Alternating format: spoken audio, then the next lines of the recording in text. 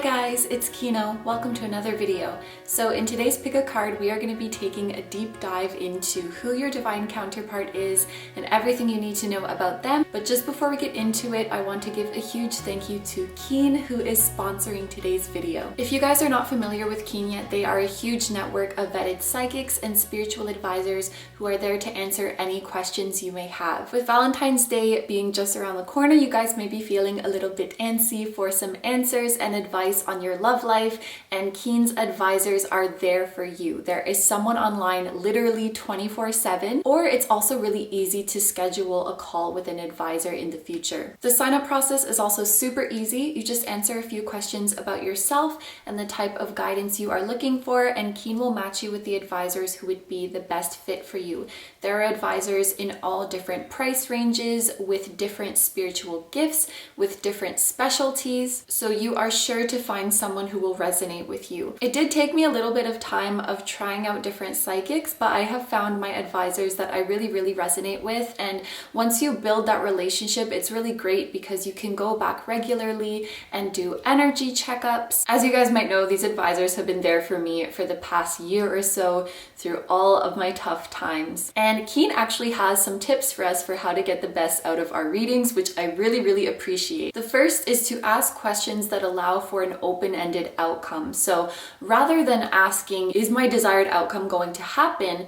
Phrase your question as, what can I do so that this desired outcome happens? And it's also important to ask questions about yourself. So your actions, your frame of mind. Honestly, I was kind of guilty of putting my future out of my own hands and just asking what's gonna happen. But I really like this way of wording the question because I feel like it gives me the power again, and it reminds me that I really have the power to change my reality. And this is something I actually really want to keep in mind for my own readings on this channel. If you guys are interested in giving Keen a try and getting some advice for your love life this Valentine's Day, they are offering new users their first 10-minute reading for just $1.99, which you can access with my link, trykeen.com/kino. It will be on the screen here, as well as linked for you in the description and the pinned comment.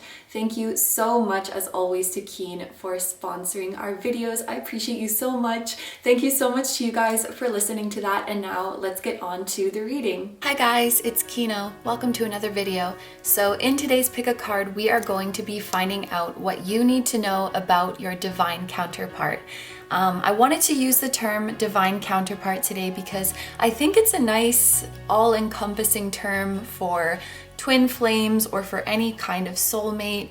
Basically, this is, as you can probably guess from the name, a counterpart who comes into your life through divine orchestration and plays a very significant role in your life. And it is totally possible to have more than one divine counterpart. So in today's reading, we are going to be finding out about this divine counterpart as well as receiving messages from them.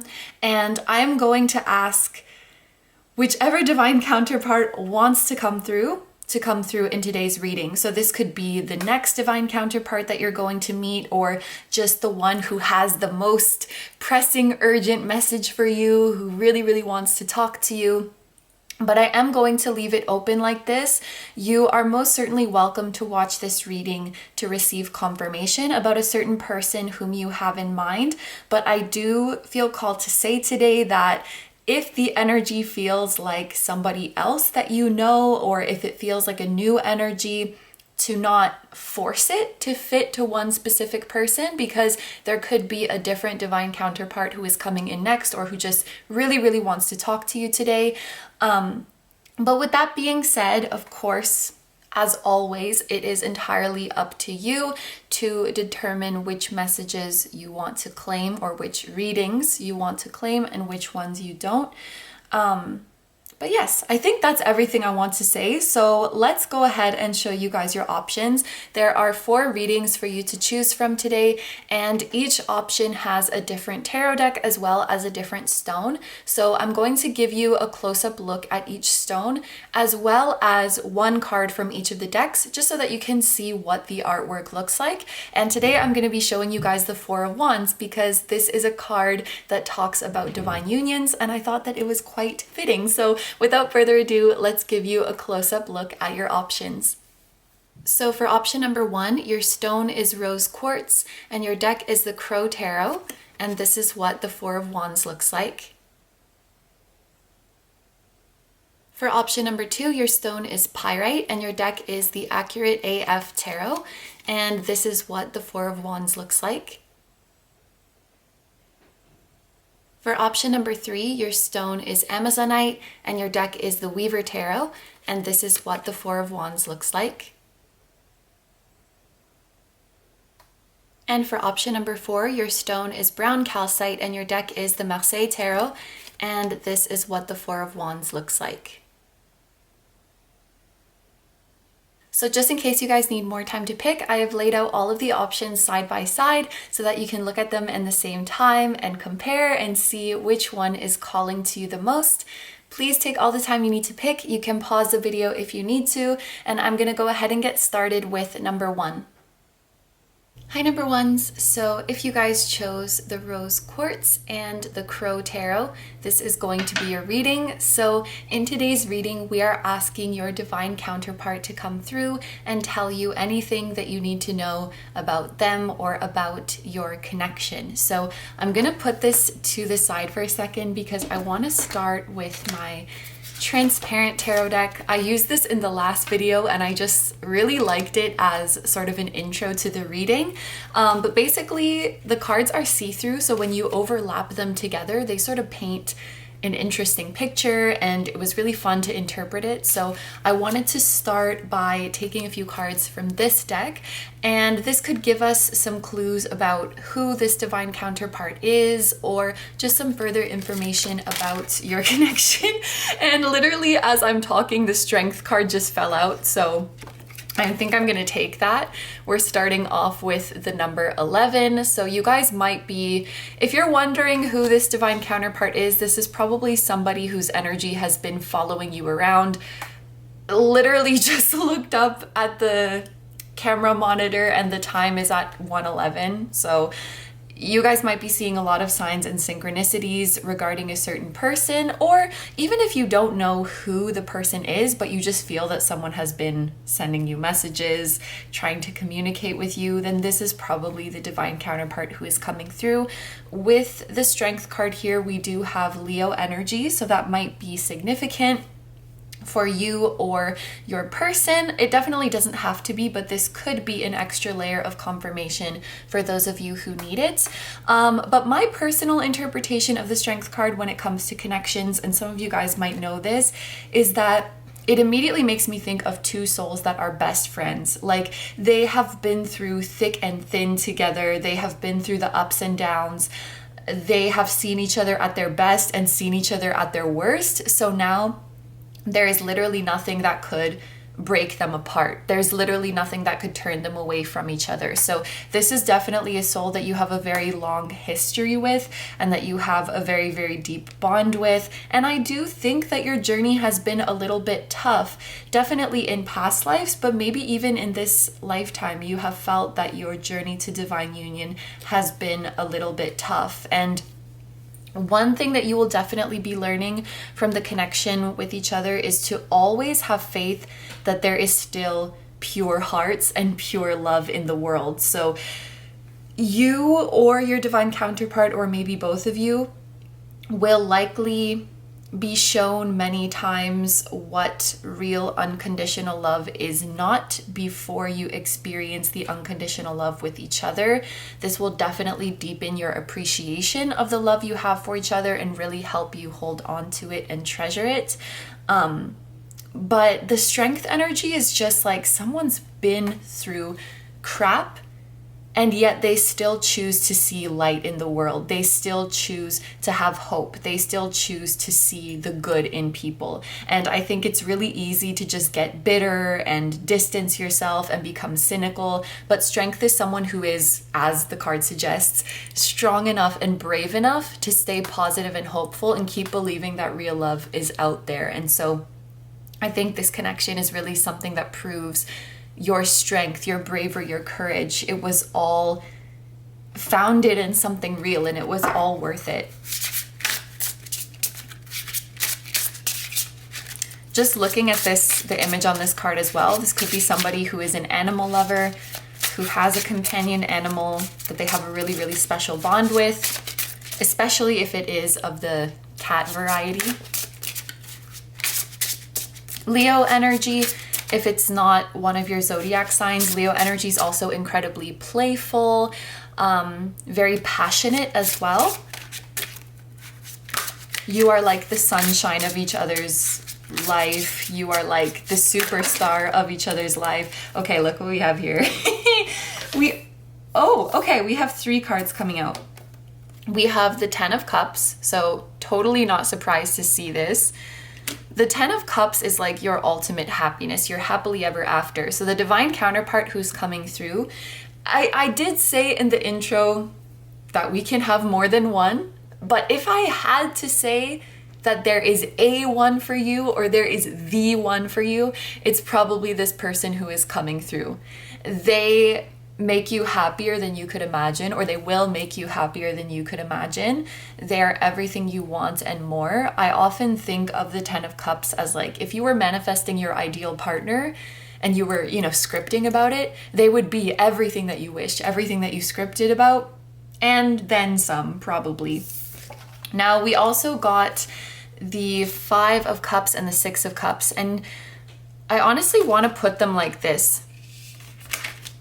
Even though the kind of cool thing about this deck is that you can overlap them, it just really feels right to have the 5 of Cups person with their back turned to the 6 of Cups, almost like the 5 of Cups person hasn't discovered that this is waiting for them yet. 6 of Cups is a very, very deep soulmate energy. I'm not surprised that it's here, but the sort of key characteristic of it for me is a very, very, very deep familiarity that has been cultivated over many lifetimes. So we have another message that you guys have known each other over the span of many, many lifetimes, such that your soul just recognize each other right away. And with that, I would say if you have met this person, you would definitely know.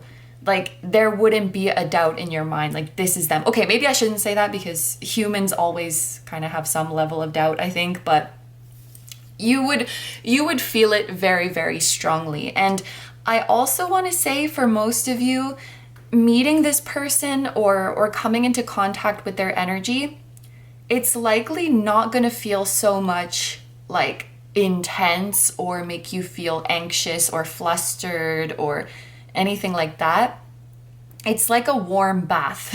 It's like a warm bath as opposed to plunging into cold water and intensely being hit by it. Do you know what I mean? It's like you gently ease into the feeling and it's soothing and it's gentle and you immediately feel comfortable. I know we hear a lot about like, oh, I have so much butterflies, I'm so nervous when I'm around them, but it's like, it will just feel like you're meeting your best friend. You immediately feel comfortable.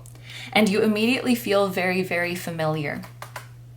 Before you meet this person, you'll likely have a really strong intuitive feeling that it's happening. You'll just wake up and be like, oh, today's the day that I'm uniting with this person. Today's the day I'm reuniting with this person. Because with all this Cups energy, and especially the 6 of Cups, it's just a very, very deep knowing. You don't even have to see them. You don't even have to look in their eyes. You'll just feel it and you'll just know. Like, yep, that's them. They're coming into my life. And I wanted to place the cards like this because I think it goes really well with the meaning of the 5 of Cups, which is you've been through some sadness. You've been through some loss. You've been through some disappointment in your life. But everything that you need is still here. You see the upright cups that are behind this person's back? It's like everything you need to be happy is just around the corner.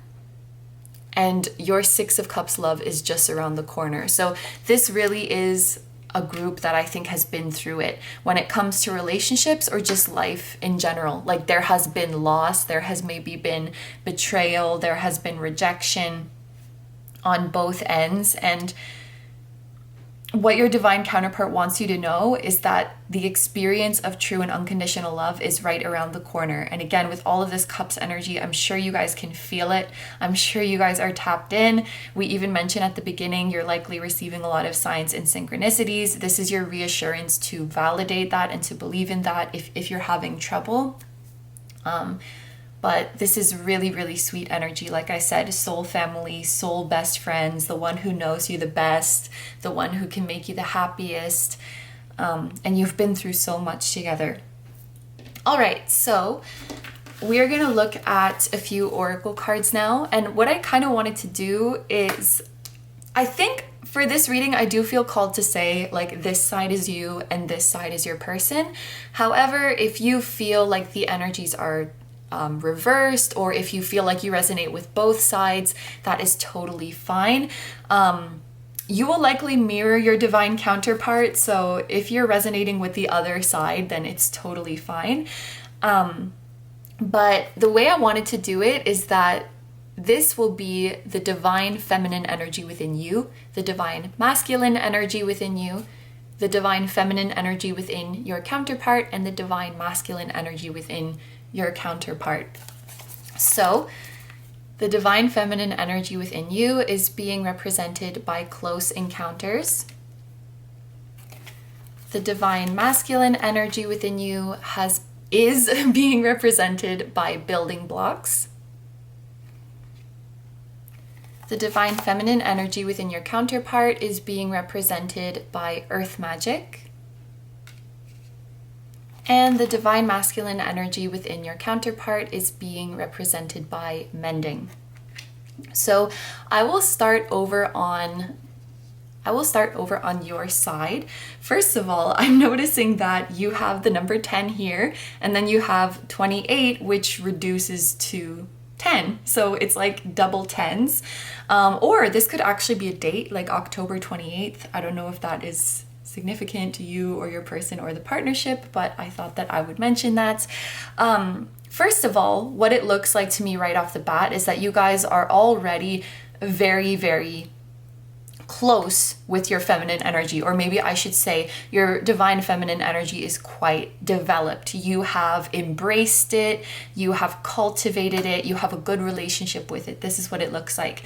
And then with masculine energy, building blocks, it looks like maybe this is something that you are just tapping into, that you are just starting to build up, but you are really getting there, working on awakening the divine masculine within you and integrating that into your being.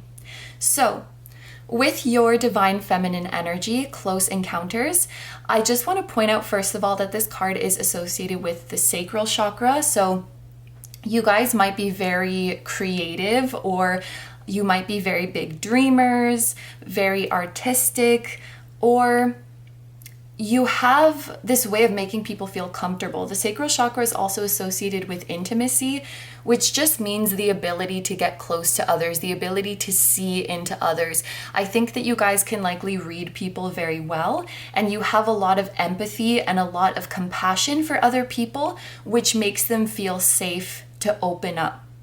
What I see with this card is that you have this inviting and safe energy that makes people want to get close to you or feel okay with you getting close to them.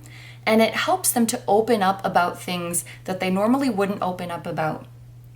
I'm seeing this cage sort of as like the walls that people put up to protect themselves, to shield the true self from the world. You know, they hide in the cage because they're afraid of judgment. And you ever so gently come and land on this cage and let people out, because with you there, they feel safe to come out. So people might tell you secrets or, open up about their personal life that, they would never tell anybody else. And I'm sort of getting the feeling that even strangers might do this. Like strangers might overshare with you or just get really close to you or get really personal with you. And you're like, what's going on? And it's just the aura that you exude. People feel really, really safe like that. So you have this kind of liberating quality to you as well, because the energy that you exude is just one of so much passion or compassion, understanding, kindness. People feel loved and people feel it's okay to be who I am. So people are just naturally at ease around you because of this compassionate and nurturing feminine energy that you have. Now here with building blocks, how this pertains to your divine masculine energy, I think that you guys are excellent problem solvers, and I think that you're very perseverant. When there's a problem, you don't run away from it and you're like, let's work together, let's work on this, let's build ourselves up and figure out how we can find a solution. And I think there's also something with building blocks that is kind of methodical and orderly. So it's kind of cool. Like you guys might be very, very creative, but you also have a logical and methodical process to it. You have a structure to what you do rather than just being like random or completely based on feeling. You have a good balance of logic in there as well. Because I'm just thinking of when you build building or whatever, it's like this brick goes here and this brick goes here and then we lay this brick on top of this one, and you know, you have to have this feeling of the structure is strong enough to hold this. It feels quite analytical and organized. So I think that you guys could use this in a professional setting, or you could even use this, you know, in interpersonal relationships. When someone's like, my life is a mess, I have all these problems, you might be very good at breaking that down and saying, okay, so we have this problem here. This seems like the most immediate thing that needs to be worked on, so let's work on that, and help people piece together and make sense of what is going on. I think that you guys have that gift, and that is a part of your divine masculine energy. So going over to your counterpart side now, their card Earth Magic is associated with the root chakra. So this is somebody I think who has a lot of confidence, and they're being very specific. I think I was going to say their guides. Their guides are being very specific. You know, this is someone who is confident, but they're not in your face. You know, they're not like super outgoing, or they're not a show off. They're just comfortable in their confidence and they mind their own business. It's like this kind of thing. With this Earth Magic, I'm thinking that this person is very down to earth and humble, and you know, they don't conflate confidence with showing off. Like, my confidence is just for me. It's to feel good within myself and feel good about what I'm doing. And I actually think that that sort of, I don't know if understated is the right word, but like silent and unassuming confidence makes them very attractive. And I should actually say both of you probably have a lot of sex appeal, whether you realize it or not. With this red and orange energy, root and sacral chakra energy, you had that Leo energy coming through with strength. I would say also that this person is very practical, very grounded, because this is divine feminine energy. I think that your counterpart has a really lovely relationship with Mother Earth. So they might, we were talking about them maybe being an animal lover. They might be passionate about the environment, whether that is efforts to preserve the environment, or they just like being outdoors, doing physical activities, admiring nature. It seems like they like to be out there in the earth, in the world. They might do something where they get their hands dirty, like, I don't know, like gardening, or I don't know, something like that. And I would also say that they feel quite comfortable in their physical vessel, in their physical body, because we do have these bare feet on the card. We have that root chakra energy. So this might be someone as well who takes very good care of their body. So that nurturing and compassionate energy goes towards themselves. I think this person has quite a healthy self-esteem and takes care of their health and takes care of the planet.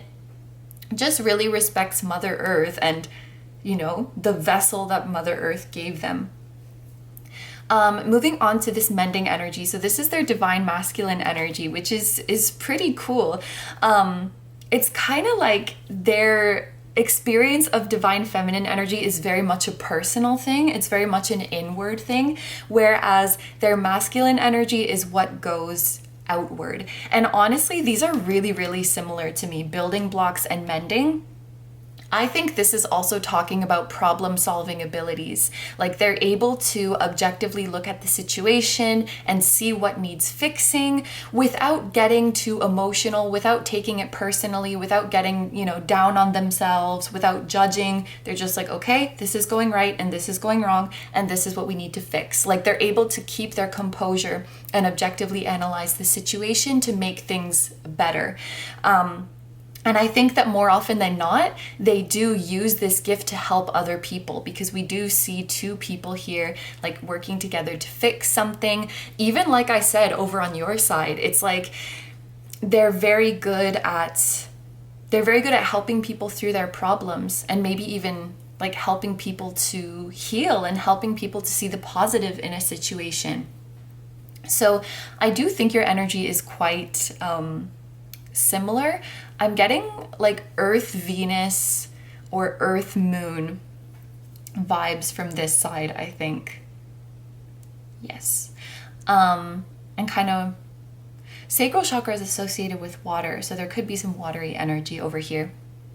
Especially actually Scorpio, because we have the butterflies. Butterfly is not the official mascot of Scorpio, but it makes me think of it because butterflies like transform and they go through metamorphosis and stuff like that. And interestingly, the date, like October 28th, that is in Scorpio season. So interesting. Okay, but now it is time to get into the Crow Tarot and see what else you guys need to know about this counterpart and about this connection.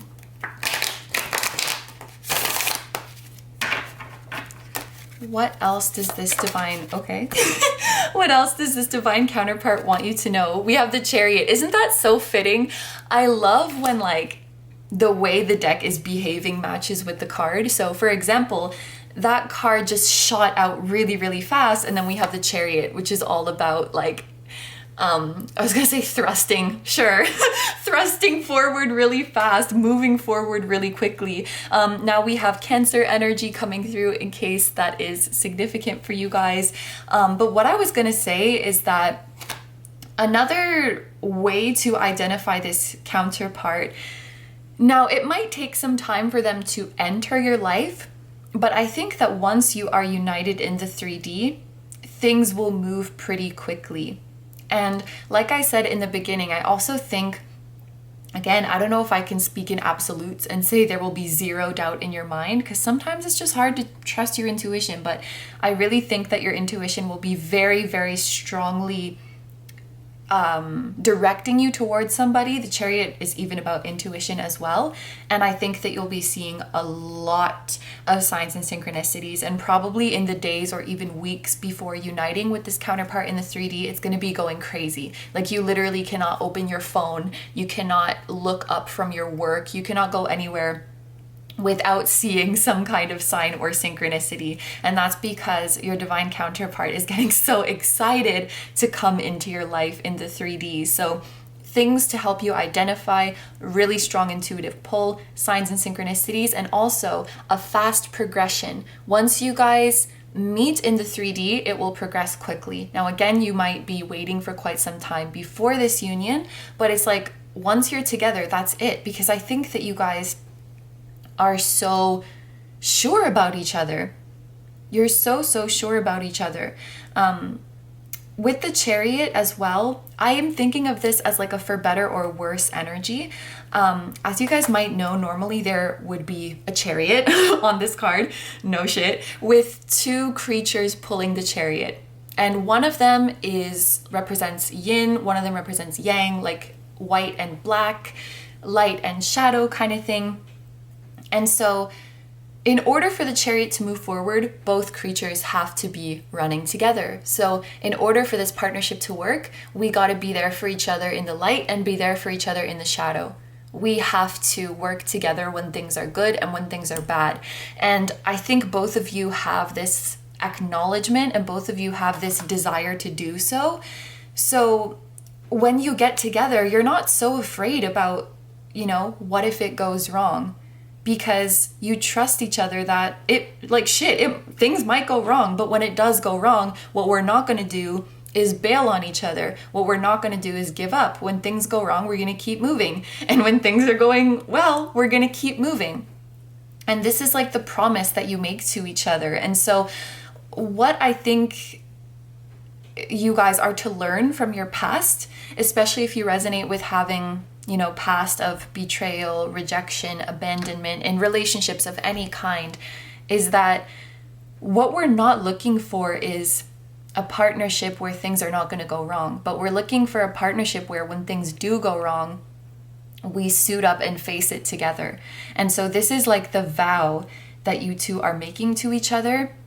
And I really think you're able to recognize each other's purity and earnestness, earnestness to fulfill this commitment. And you know, like, this is the real deal. Okay, we're doing this. And so I do think that it's going to move quite quickly. I also think that your intuitive connection, yes, it will be very strong before you meet, but that's going to be kind of a constant. That's going to kind of be a constant in your relationship. So you likely have some kind of telepathic connection with this person. What's coming to my mind specifically is I have this image of you guys like sleeping next to each other in a bed, and then you wake up and look over. I just had the weirdest dream. I just had the weirdest dream too. And then you realize that you had the same dream. So you're like, shit, were we in the same dream? Were we interacting with each other? You have this kind of connection where no matter where your souls go, you're together. Like, whether you are in a physical form, whether you are not in a physical form, whether you're in the astral realm, you're just together. I can even see your soul, your greater soul tribe being like, hey, have you seen group 1? Oh yeah, group 1's probably over there with with your counterpart. Like, you really stick together. You are like the best friends who always do the class project together. It's like this kind of vibe. With the Chariot, there is potential for a lot of success. A lot of success in this relationship. And I will say, because this is Cancer energy, because this is water energy, this is very much success based on what you feel success is defined by. So it's not like what everybody else says it is or what society says it is, you know, have a nice job, have a nice house, this and that. I mean, if that's part of your definition of success, then yes. But this is so heavily based on intuition and emotion. So you will live your version of success. You will live your version of happiness.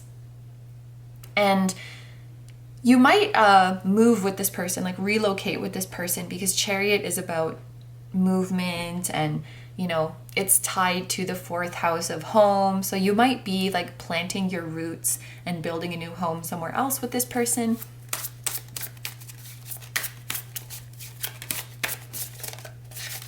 Okay.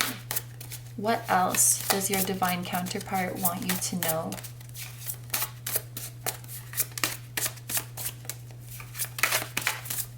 So in contrast to the first card, now this one is taking quite some time to come out. So I wonder what it's going to be. It is the King of Swords. Interesting. So, okay. So you know how I've been talking about like this relationship is going to move really, really quickly and all this kind of thing. So this is definitely the energy that is there. But I think that your guides might be asking you to slow down a bit because you guys saw the comparison, how long it took for this card to come out. I will say the deck was shuffling very neatly, which means that we're not asking you to slow down because, you know, shit's gonna hit the fan, but just, you know, think things through. Think things through, come up with a plan. With the King of Swords here, it's like, come up with your long-term plan together. So I definitely don't think that this is a message to slow down as like a warning that you're gonna ruin the relationship or a warning that you're not gonna be compatible or anything like that. This is more, for example, let's say you guys, you know, get swept up in your feelings for each other and you're like, let's move in together next week. And then you just really want to live together no matter what, because you can't be away from each other.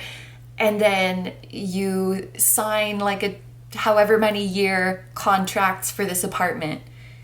And then a few months later, one of you gets an amazing job offer and you have to move. And you're like, shit, now we have to, either we can't end this contract or we have to pay this fee to end the contract, all because we got so impulsive and crazy in love and and we really wanted to live together. So it's not about your compatibility, but it's more about, the long-term path of your life, So I would advise against rushing into anything with this person, especially when it has to do with settling your roots somewhere or signing contracts or things like that.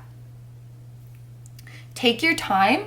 And, the King of Swords is kind of emotionally detached. And I think that this is more advice to detach a little bit from your emotions, because it's natural. You felt this person coming for a long time. You feel so familiar and comfortable with them. And that's such a welcome feeling after going without that for however long you have. And you're so sure about each other too. That's the thing. You're so sure about each other, but your guides are just warning, like both of your guides, to not make any rash decisions.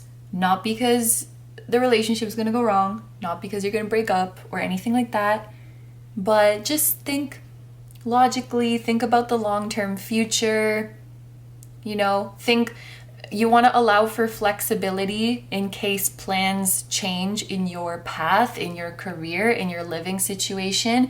So it might be good to sit down with this person and have a conversation about where you see yourselves in the long-term future, if you can see anything changing or if you want anything to change, and how can we settle down together in a way that still allows for these changes to occur, that still allows for us to have wiggle room if we want to shake up a certain aspect of our life.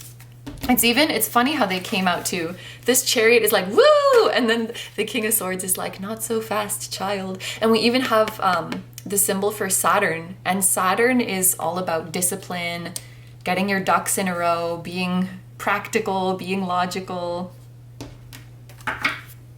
And you guys both have the natural gift to do this anyway. Like we spoke about this earlier in the reading.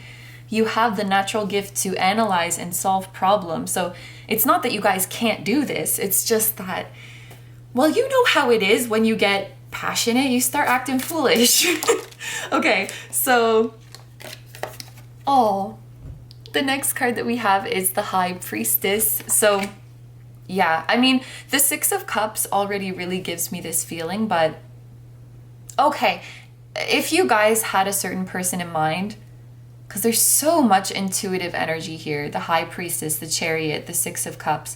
If you guys have somebody in mind, I do think that the High Priestess is coming out as a confirmation that the person you are thinking about is in fact the person who's coming through in this reading, is in fact your Ten of Cups. So like the person who's going to make you the happiest. I'm going to put him here just so that you can just so you can see him, because it's a really nice image.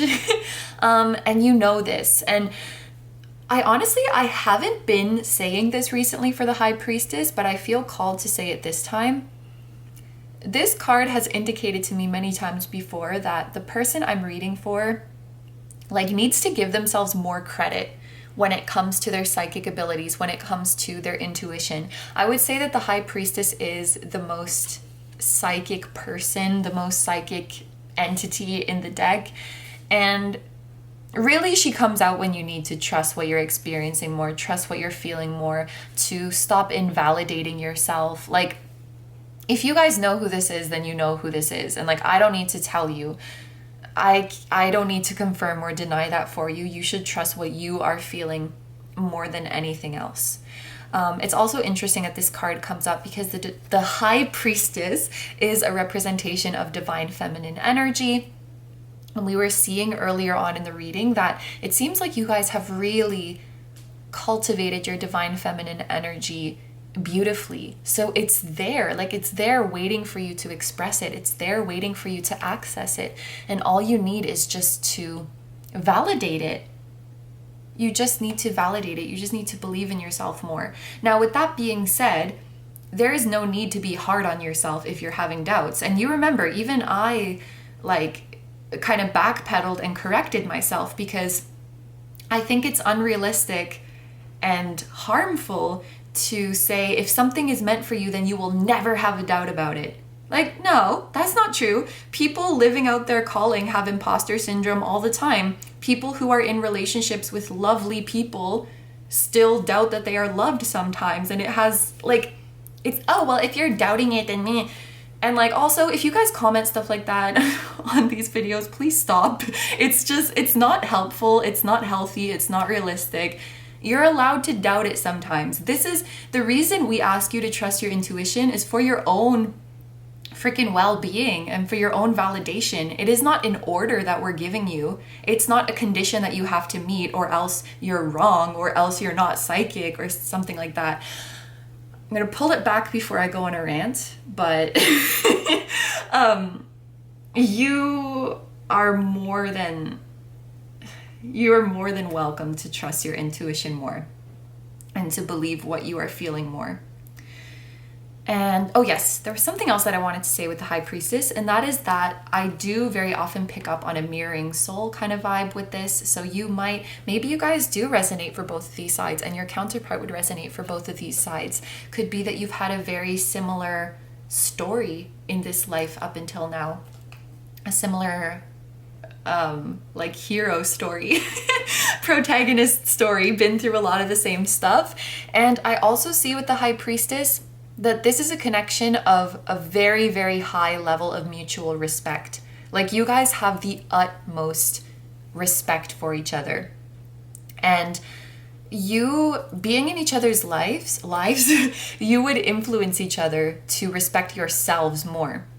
And anytime you see the other person taking shit, taking wooden nickels, selling themselves short, you call each other out. Like, stop that. You deserve more. Whether that is letting someone mistreat you or, saying self-deprecating stuff about yourself, like this person will call you out. If you're like, and then my dumb ass, and they'd be like, you're not dumb. Why are you saying that? Stop it. So this is the kind of like support that you would give to each other. And can we get, this is so interesting. I just noticed that even though this is the High Priestess, she has the sword, the pentacle, the cup, and the wand. So it's very similar to the Magician. I guess it makes sense. High Priestess is kind of like female counterpart, female edition, female version of the Magician. And I should also say that pomegranates are a sign of fertility. So we had that message of you guys being very successful, being prosperous. And I think the crow sitting on the moon is also another indication of like having really telling dreams about this person, and also having shared dreams with this person, like meeting in the dream world. And then finally we have the Four of Pentacles. It is such a sweet card. I'm gonna give my personal interpretation of the Four of Pentacles first because I use it all the time. For me, this is a divine protection card. Like, your guides are protecting you, your angels are protecting you. Like, we got you. You are our precious treasure and we got you. We're not going anywhere. As long as you want to stay on this path to your counterpart, we're going to do everything in our power to help you stay on this path.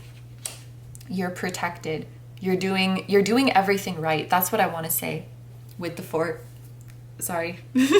I feel like some burps coming up.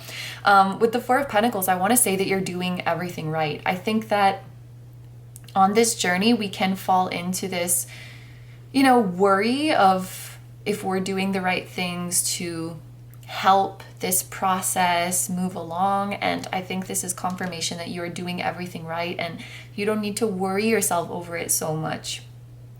Like, we got it. If there's anything that you need to do or that you could do differently, we will tell you because we see your heart. We know what you want. So we're going to do everything to help you fulfill that. Now, the traditional meaning of the Four of Pentacles, it can talk about, you know, clutching on very tightly to something. While I did see this in a sweet way, as, you know, your angels are holding on to you very tightly, this can also be like a release control, release the need to control, release your attachment to the outcome, you know, the stuff that we always say. So that can also be a meaning of it within the Four of Pentacles. I'm not going to do a whole spiel about it because if you watch Pick a Cards, you've heard it 83,000 times. But, you know, release judgments, release attachments, it will happen, you know, all of that stuff. So, okay. So we're going to take a look at some oracle cards now, and then we are going to get messages from your guides and messages from, like, direct messages, you know, messages directly from your guides and messages directly from your counterpart. Oh my gosh! So we have the card of prosperity, totally confirming what we talked about with the Chariot and what we talked about with the pomegranates on the High Priestess card. You guys have success coming to you, and regardless of your definition of success, regardless of whether material wealth falls into that, I definitely do see material wealth coming. The Chariot is also a sign of victory and recognition. So I do, and there was that feeling of like someone's getting a job opportunity in the foreseeable future. I don't know if that's you or your counterpart, but someone's getting hooked up with a sweet opportunity, it looks like, which is really, really going to do wonders on your, like, your quality of life, I guess. Like, you can live a very comfortable and free life. And prosperity, it's more than just abundance, because it promises that, like, this is here to stay. The future is promising. So I think of, like, long-term wealth and abundance when I see this card. You guys will definitely have a very cushy and comfortable and wonderful life together.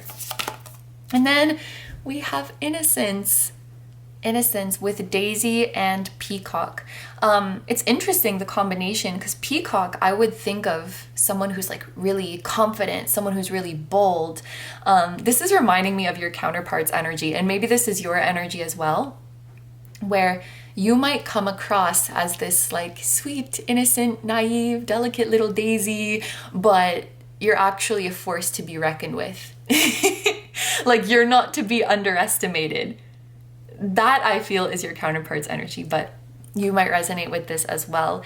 And I also think that this is what you encourage each other to be. Like with the Peacock, you encourage each other to be confident. You encourage each other to express yourself, to be creative. I don't know if words of affirmation is your love language, but I do think that this person would give you a lot of that. And with innocence, with the white color of daisies, which is, well, it is associated with innocence and purity, I really think that I don't think you could do no wrong in this person's eyes is accurate, because obviously they'll call you out like, nah, that was messed up or that was wrong, but they would never, like, you would never be tainted in their eyes, I guess is a way to put it. You couldn't do anything that would, you know, make them stop wanting to be with you or stop loving you, you know? They'll be like, I love you, but you're wrong, kind of thing. Yeah, nothing would ever... I'm thinking of the song Africa. It's gonna take a lot to drag me away from you. There's nothing that 100 men or more could ever do. You know, it would take a lot. It would take a lot. And also with innocence and with this Leo energy here, I think that your inner child can really come out when you're around this person. So you can be silly, you can be expressive, you can be giddy, you can be sensitive, you can laugh, you can cry, you can frolic, you can just be your purest unfiltered self.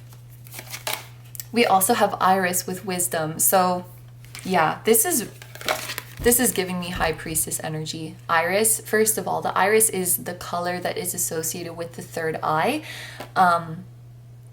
And iris is like in eyes. So maybe this person's eyes or the eye contact that you make with them is really, really powerful, really, really telling that there's something special here.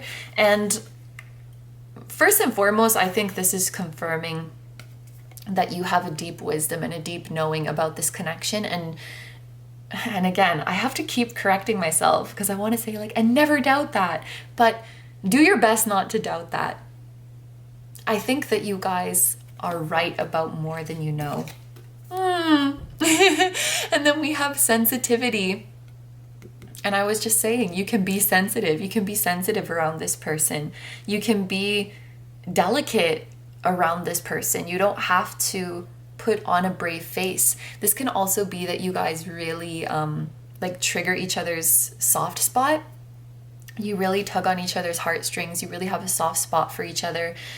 I do want to mention the number 15 here is associated with the devil, and I just feel like talking about that.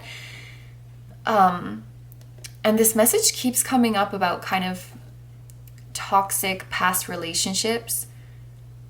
When I see the devil's number paired with sensitivity, or at least in the context of this reading, it's like you or your counterpart has dealt with people who pretend like they don't have feelings and then judge other people for having feelings. You know, why are you so sensitive? Or why is that such a big deal? Almost making you demonize your own sensitivity. But that was the devil's work. Sorry, I don't mean to call somebody a devil, but like, there's no need to demonize your sensitivity or your delicateness or your fragility, is what I want to say with this card. So this is a connection where you are safe to express it. So now we get to the direct messages part of this reading. So we're going to get direct messages from your spirit guides and then direct messages from your counterpart.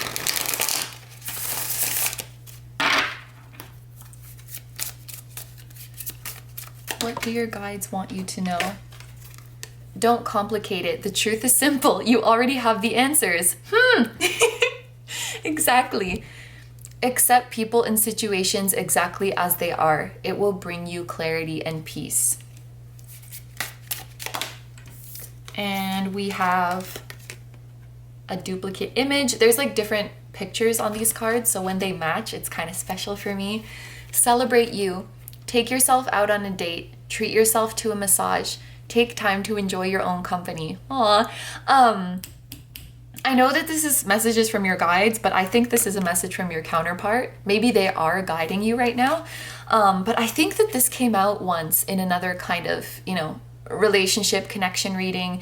And there was this message of like, please go out and pamper yourself and love yourself while I'm not there to do that for you. Because like someone's got to do it kind of thing. If I can't take you out on a date right now, like get someone to take you out, or please take yourself out because you got to be treated well. You got to be celebrated. You got to be spoiled.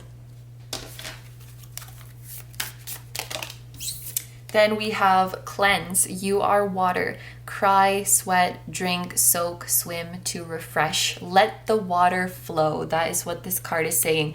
If you are emotional, if you're sensitive, feel the emotions. If you feel dumb for crying, missing someone that you haven't met yet, or crying for no reason because of, well, not for no reason, but for a reason you can't explain, it's okay. It's okay. Let it come out.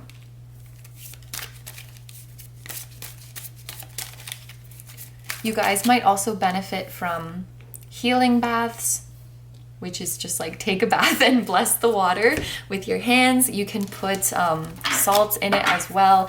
I use this like lavender scented bath salt, and it's really, really nice. And then when I drain the bath, I just imagine all the bullshit going down the drain.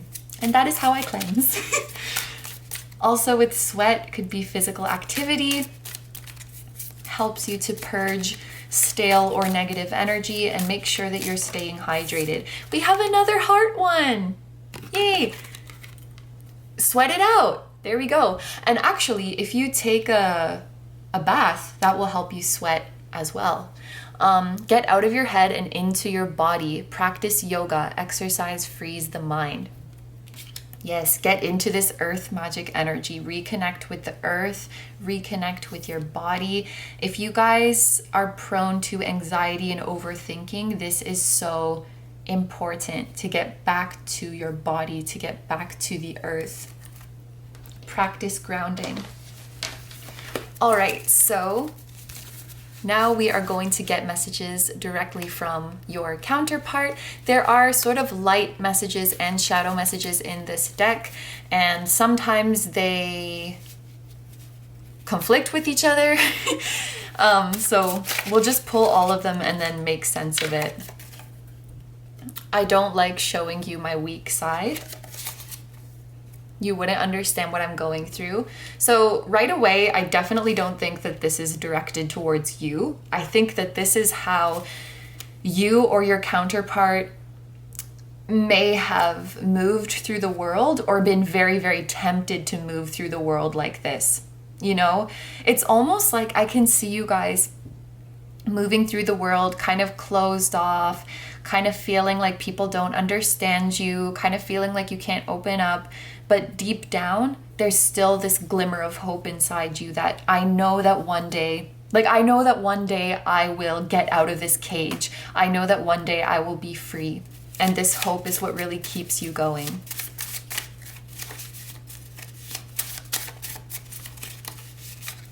Let's get 2 more of these ones. Okay, and 2 just came out. I could look at you forever. So we were talking about irises, because we got this iris card here. So, and this sounds so cheesy, but probably you guys can get lost in each other's eyes. So there's definitely something about your eye contact being very powerful, which when I wrote this card originally, I was just thinking of it as like, you are so beautiful that I could look at you forever. But I think for you guys, it has both meanings. Like, you're so beautiful, I could look at you forever, and there's something about your eyes that just, it feels like home. It feels so magnetic to me. And I could just like drown in your eyes.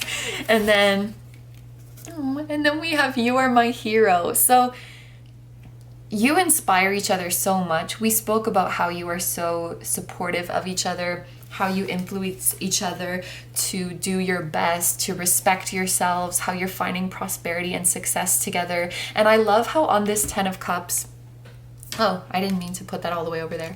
I love how on this 10 of Cups, it looks like they're toast, like this represents your happiness, and it's like you're toasting to your happiness. Like, I'm so proud of us for not giving up. I'm so proud of us for making it through this energy, for keeping hope and then creating the life that we want. Like, let's freaking toast to that. And I think that you are each other's hero, and you should also be your own hero. But oh, that's so sweet. And it's so interesting too how there's like 2 shadow cards and 2 light cards, because with the Chariot, we were talking about when things are bad, we move forward. When things are good, we move forward. Like, we're in it together, and we're gonna acknowledge everything. We're gonna acknowledge the pretty and the ugly. But what doesn't change, you know, sometimes things are good, sometimes things are bad, but what doesn't change is that we are partners in it all. We're together. Okay, so these are all the messages I have for you guys, so I'm going to end the reading here. Thank you very, very much for letting me do this reading for you. Thank you very much to your divine counterpart and your guides as well for coming through today. I hope you have a wonderful day or night whenever you're watching, and I wish you all the best. Please take good care of yourself, stay healthy. Don't forget to like, comment, and subscribe if you feel like doing that. I also have a Patreon, so if you guys are interested in seeing even more exclusive pick-a cards where you get to choose the topic, that will be linked down below too. I'm sending you guys lots of love, sending your counterpart lots of love, sending your guides lots of love, and I will see you in the next one. Bye-bye! Hi, number 2s. So if you guys chose the Pyrite and the Accurate AF Tarot, this is going to be your reading. So in today's reading, we are going to be asking your divine counterpart to come through and tell you whatever they would like to tell you about themselves or about your connection. I am just going to put this aside for a second because I want to start off with the transparent tarot deck. I did this in the last reading that I filmed as sort of the intro of the reading, and I really liked it. Basically, as you can see, these cards are see-through, so you can overlap them on top of each other, and they make kind of a cool picture when you put them together that tells your story. So I thought we could start off with these, and this might give us some information about who the divine counterpart is who is coming through today, or some information about your connection.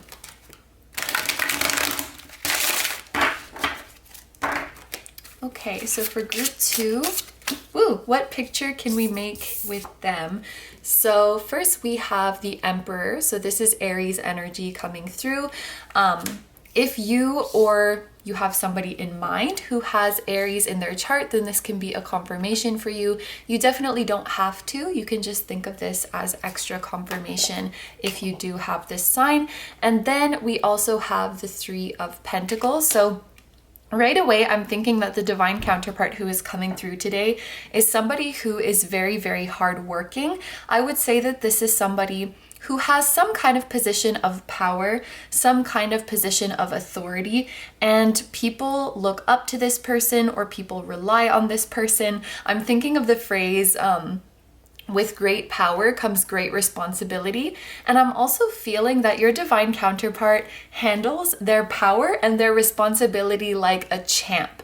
And the way it's coming to me is like most people would crack under the pressure if they did what your divine counterpart does for a living, but they are just made for it. And they always show up with a smile on their face. They always show up ready to make a positive difference. And they just handle everything with such grace. There may be some people who criticize your counterpart. I'm just going to call them your person because I think it's easier. And for some of you, I think it will depend on the field of work that they're in. But it's like they could even have haters, you know, people who just like to hate on them for no reason, who just like to judge them for no reason. Well, it's probably because there's a little bit of envy going on, but it's like they just handle it all so well. Like the negativity they receive or the pressure that is on them, they handle it all with a smile on their face. And like, shit, I look up to them. I don't even know who they are, but I really admire and look up to them and respect them. And I think that they're an inspiration for so many, including you. And what I see with this picture, you see how it looks like there's a person here who is offering a coin and there's like the city in the background. I'm thinking of it as like they're offering their coin to the city. And what this is making me think of is that the biggest driving force or the biggest motivation for your divine counterpart in working so hard and doing such a good job is really just like giving back to their community, giving back to their loved ones. Now that I think about it, the Emperor can talk about like fathers, and I'm just going to, you know, extend that to parents in general. But for example, growing up, your person might have gotten a lot of support from their parents, you know, the way most of us do, but like their dreams were funded. If they wanted to become a certain thing when they grew up, their parents paid for the lessons or they paid for the education or they gave them emotional support. And so now that your person has found this big level of success, I feel like they really, really want to give back to their parents and, you know, support their parents, buy their parents nice things, make a better life for them. And they also want to give back to their community. I would also say with the Emperor and just the number 4 in general having to do with our roots, our family, our traditions, I think that your person is really, really proud of their hometown. They're really, really proud of where they came from. This might be somebody who, for some of you, it could be that they are from this big city, but I'm also seeing somebody who like they came from a small town and they moved to a big city with a dream and they made their dream come true, but like they never forgot where they came from and they're actually really proud of where they came from. Even though some people might say like, oh, you're from there, that's like irrelevant city, that's a, you know, whatever, hillbilly town or whatever it is. Like people might have some judgments, you know, like a country bumpkin kind of stereotype or something like that. And they're like, no, I'm proud of it. I'm gonna like speak with my accent. I'm gonna speak with my dialect. I'm gonna represent my area. I don't care. I'm not gonna assimilate to this big city kind of thing. Always remembering their roots. And I actually really like the number 3 and 4 together. In fact, it does remind me of the Empress and the Emperor, because the Emperor is number 3. Oh no, the Empress is number 3 and the Emperor is number 4. But like we were just talking about, number 4 is about your roots and number 3 is about expanding. So I could say this person is like a tree where they're growing and they're bearing fruit and they're getting taller and taller, but they also have very, very firm roots in the ground. They're definitely leveling up, but they're not losing their humility. They're not losing their humbleness. With the Three of Pentacles as well, this success that your person has come to, it might have been a collaborative effort. Well, in most cases it is. It's usually not like one person single-handedly doing everything, but there might be a group of a few people who are, you know, successful with your person, like business partners, teammates, this kind of thing. I did want to take 3 cards, so let me just, ooh, there we go. We have the Six of Swords, so this could be a long distance situation. If you're already with this person, maybe you are in a long distance relationship, or if you haven't met them yet, they're like kind of somewhere kind of far away. Six of Swords does make me think of traveling, and the boat especially makes me think of overseas. So, you know, rather than long distance between, I don't know, California and New York, it's more like California and Thailand or something like that, over a sea, you know. But oh yeah, and it can also make me think of a language barrier sometimes, but it also makes me think of really, really good communication. This person is extremely smart, okay? First of all, extremely smart. I would say that they've worked really hard, but they've also worked really smart. So this is not somebody who just works hard for the sake of working hard, or someone who takes pride in like, oh, I didn't get any sleep last night because I was so busy working. Like, no, they have a good head on their shoulders. They take care of themselves. They work efficiently. They work smart. They have a plan. They have a strategy. And there might be a lot more that goes into their work than what people see. Because I have a feeling that if people knew how much real dedication and brains and effort that their success took, they probably wouldn't have these like haters. Or maybe they still would. The psychology of a hater is very, it's a very fascinating organism.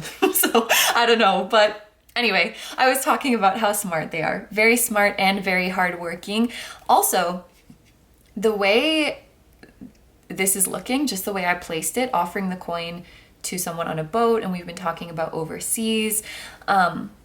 This person might donate very generously, like across the globe, you know? Like they support their hometown, but they also donate to causes in other countries. If there's some conflict going on in another country or some people are struggling, you know, they will give freely internationally. I think this person has more of a global mindset. You know, we're all one, we're all in this together, we all need to help each other. And this is someone who really sees everyone as equal and has love for everybody. Even the people who criticize them, even the people who hate them, they just kill them with kindness. That's like totally the motto of this person. Just keep doing your best and kill them with kindness. I don't know if I think I started saying this, but I wanted to say that this person is an excellent communicator. So if you're trying to figure out the identity of this person, I think a giveaway will be that they communicate very, very well with you.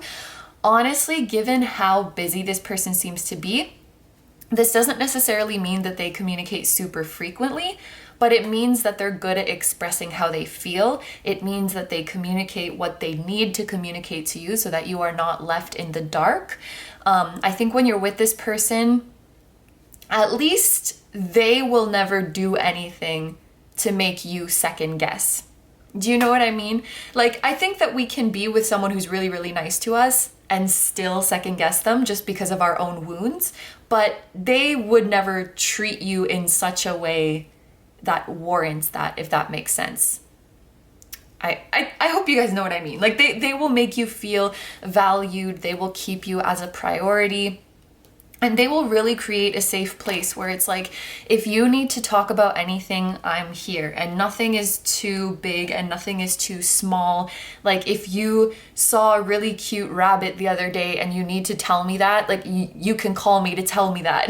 Like I'm here for you. I want to hear from you. Any little thing that brings you joy in the day is a reason for me to be joyful as well. So please never feel, I know I've been talking up this person a lot, but you know, never feel like, oh, what they're doing is too important or they're too busy for me or blah, blah, blah. Because that's not the case at all. Just so you know. All right, so now we're gonna move on to some oracle cards. As you can see, there's 2 cards from 2 different decks, and we're gonna take a look at your energy and their energy. In this reading, I am gonna say like this is you and this is them. However, if you feel like the energies are opposite, or if you feel like you resonate with both sides, that's totally fine. I will leave it up to you guys and how it resonates with you.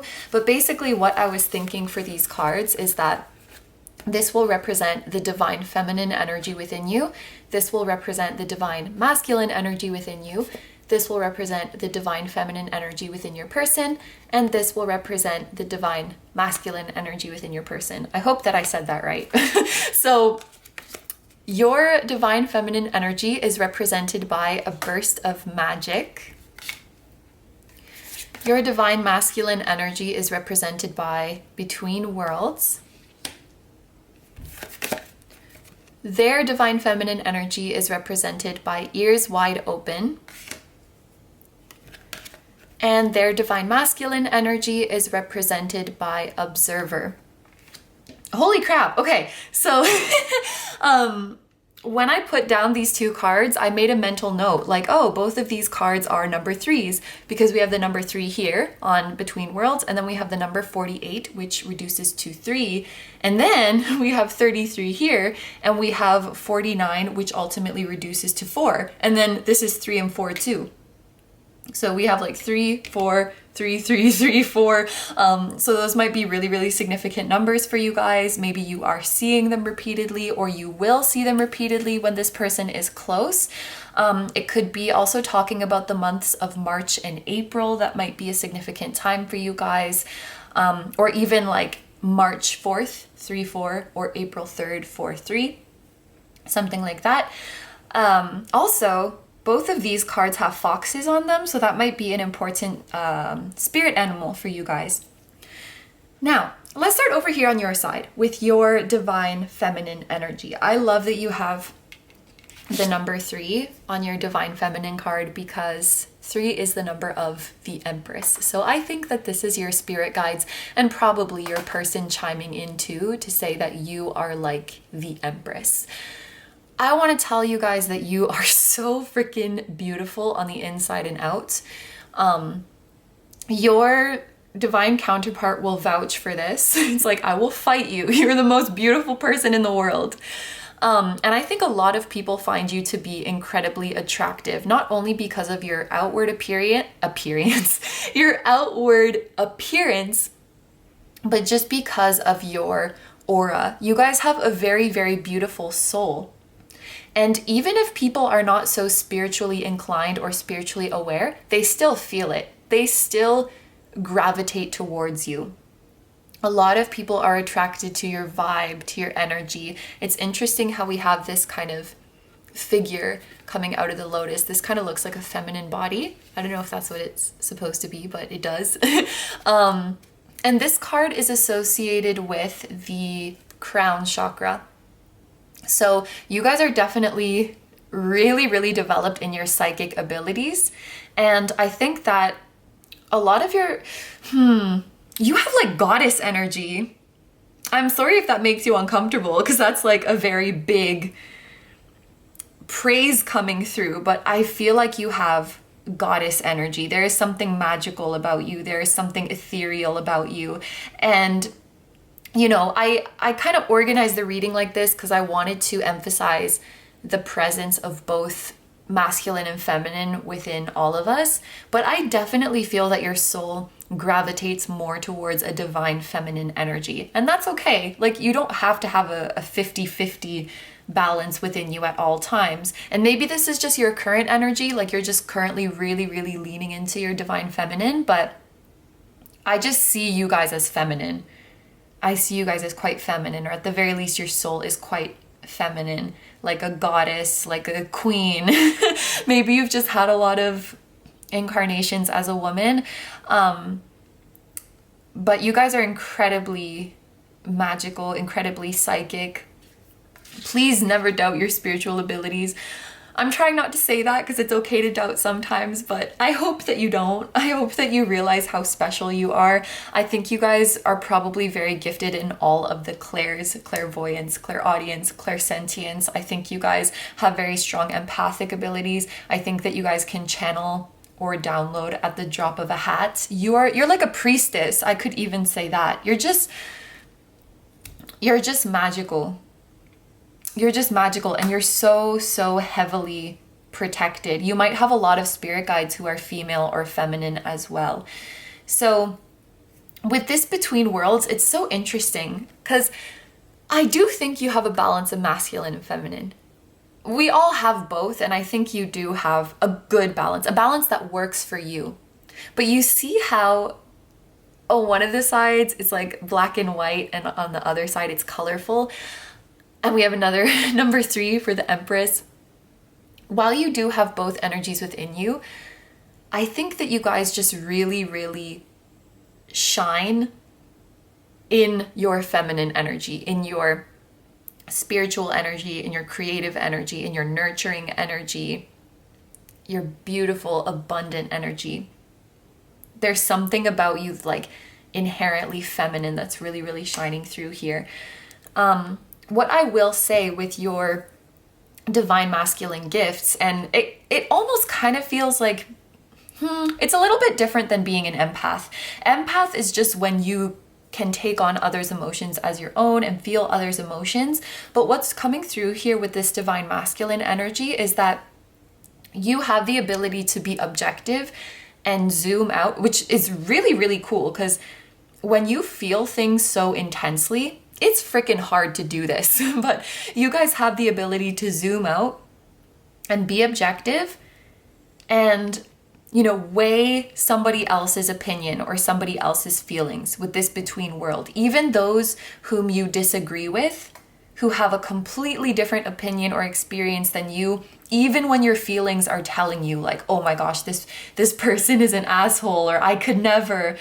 That masculine analytical part of you is able to zoom out and at least say, you know what, I bet this person is behaving like this because of XYZ, and they've had this experience which caused them to internalize this limiting belief and this skewed view of the world. And so at least you can rationalize it, and you don't just think like, oh my gosh, what's wrong with this person?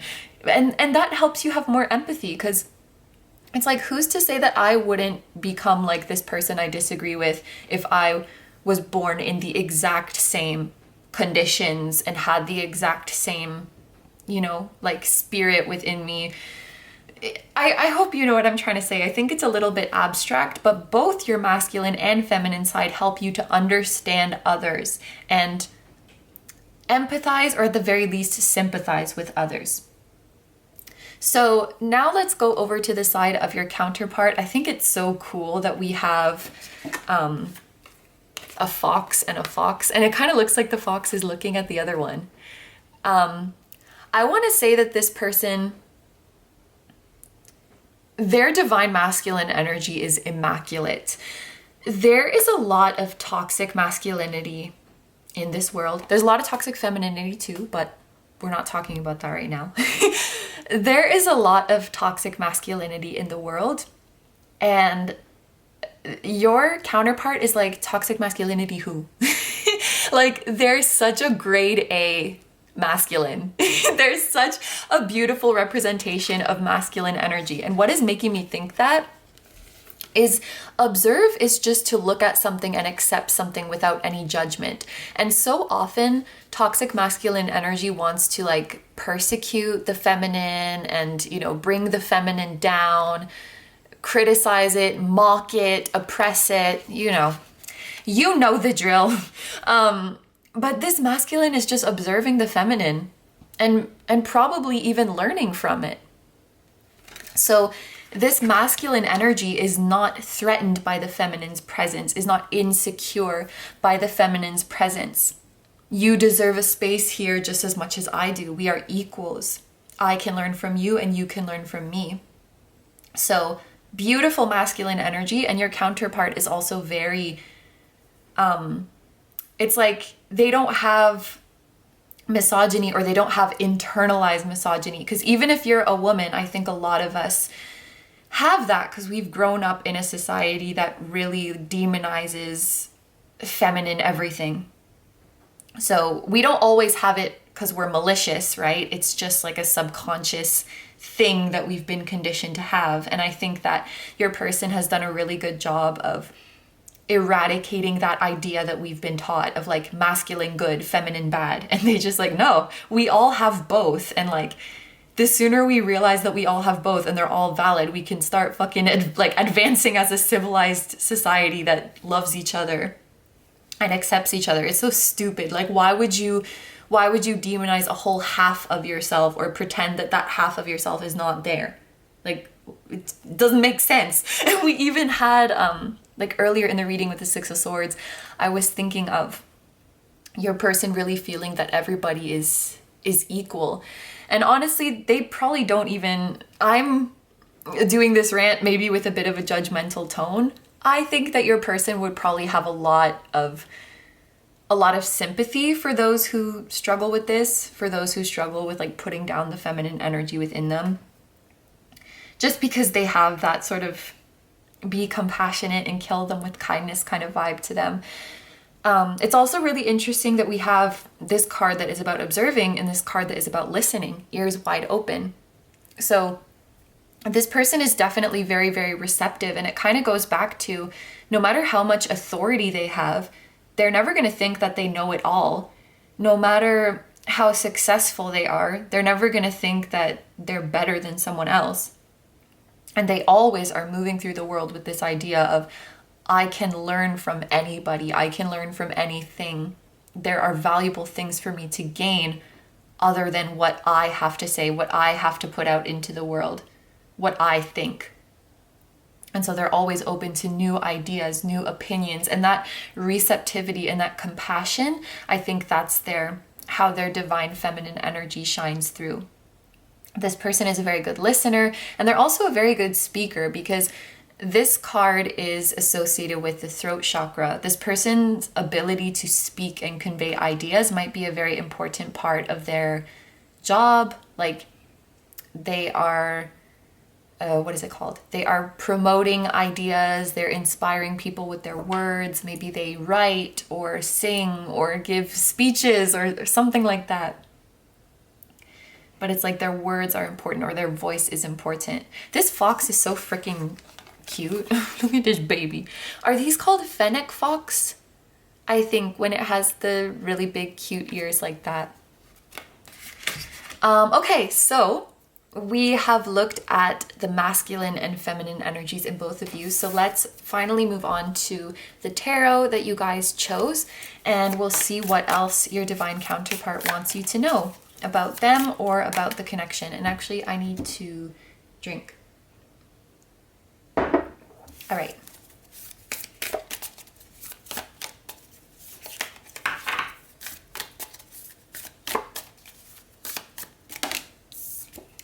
Oh my gosh. Yee. We have the star with harmony and renewal. So, oh, sorry, I have a little itch in my throat. Sorry, I'm gonna cut that out. I just had a mini cough episode because it's very dry in my house. Okay, so we have the star with harmony and renewal. We have some Aquarius energy here in case that is relevant to you guys. So just to recap, so far we have seen Aries energy and Aquarius energy. We've been speaking a lot about the Empress, so I kind of feel called to throw Taurus and Libra in there. So again, if you guys or somebody you are thinking of has those signs, please take that as an extra bit of confirmation. But if not, that is totally fine. I'm thinking of the song, I think it's called You Make My Dreams Come True by Hall & Oates. Well, at least that's like the repeating line of the song. You make my dreams come true. It was in Step Brothers. That's where I know that song from, but I've been waiting for you, girl. Ooh, you know, that one. This song is in my head right now, so I'm just going to literally translate that as you have made this person's dream come true. You're gonna make them happier than they ever thought they could be. and vice versa. Star does make me think of star family. So if you guys do resonate, and honestly with the Emperor energy here, you guys are soul family. If you guys resonate with starseed energy or light worker energy, you guys could be from the same family there. Or sometimes the star tells me that you guys will have some kind of mission together, some kind of mission to bring light to the world, to help the world ascend, to help spread self-love, or maybe to help spread spiritual awareness. Or maybe you have a mission with this person to bring balance back to the masculine and feminine energies in the world, and to change toxic masculine to divine masculine, and change toxic feminine to divine feminine. I like that. I feel like that feels good for you guys.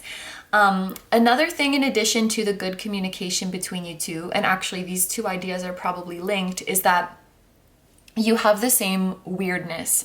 You have the same silliness. So if you feel like you have a really, really weird sense of humor, then they do as well. And if you have any quirks or unusual mannerisms, they have it as well. And if you have any unpopular opinions, they have it as well. So these things that have once made you feel weird or alienated, now you feel like this is something that you guys have in common. And I say that these ideas are linked because that's probably what facilitates the two of you communicating so well. You just like speak each other's language, if you know what I mean. So you don't have to worry about, oh, if I tell this joke, they're not going to think it's funny, they're not going to get it, or if I say this, then I'm going to have to explain myself because they won't understand. Maybe you or your person or both of you have had this problem before where people don't really get your humor and then they like get offended, or they take what you said the wrong way. You're like, no, that's not what I meant. And then you have to explain what you meant. But I think that it's like, first time you heard it, I get what you're saying. It's really nice to talk to somebody who just gets you, you know? Another thing I'll say with the Star and the Six of Swords is that you guys might initially meet online, because both of these cards do make me think of internet type things. And especially if you guys are long distance, if you resonated with that, it makes sense that you would have at least your first communications online. We have a telescope here, which is like looking at something that's far away. So there might be some physical distance. And then we even have between worlds. So maybe you guys are from, you know, very different worlds, very different cultures, or something like that. But you bring light to each other's life. If you feel like the world is going to shit, then meeting this person would make you feel hopeful again. Like, we can still turn this around. We can still make a difference. We can still, you know, we can work past our differences as people. We can save our ailing planet. They kind of make you feel like all of this is possible again.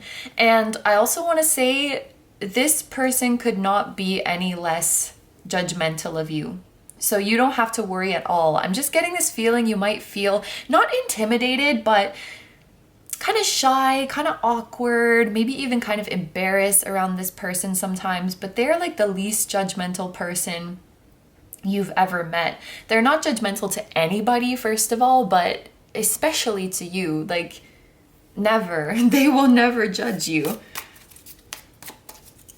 I also think with the Star, your communities would mesh together really well. In their circle, in their community, there might be people with whom you can network and that can help you out, and vice versa. You know, like they know people who could help you advance, or you can help advance, and you know people who could help them advance. It feels like your networks will mesh together like this. And it is coming together first as a wider scale like that, but even on a smaller scale, like your family's meshing together really well, your friends meshing together really well, your even though you're from different worlds, they collide and they blend together.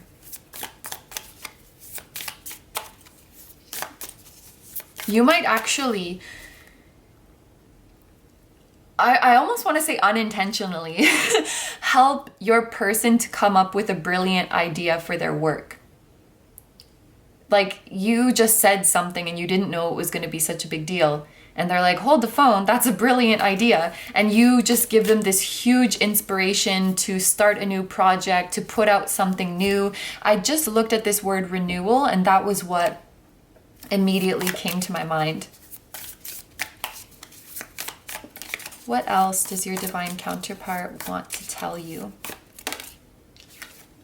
Ooh, 7 of Rings. That makes me think of Seven Rings by Ariana Grande. With investment and diligence. So I feel like this person has been very smart with their money. I think that they have been putting money away. I think that they have been investing.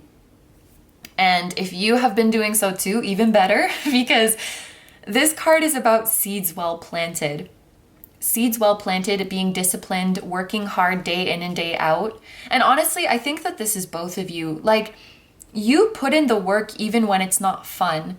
I think you guys have this really nice awareness and this really nice balance where you are dreamers. Like with the star, you're definitely dreamers. You're definitely idealist. You want to pursue something that you're passionate about, but you're also like realistic enough and disciplined enough to know just because I'm living my passion and doing something I love doesn't mean that I'm gonna love it every day, you know? Sometimes shit gets repetitive, or there's, you know, little behind the scenes stuff that you have to deal with that is annoying, you know?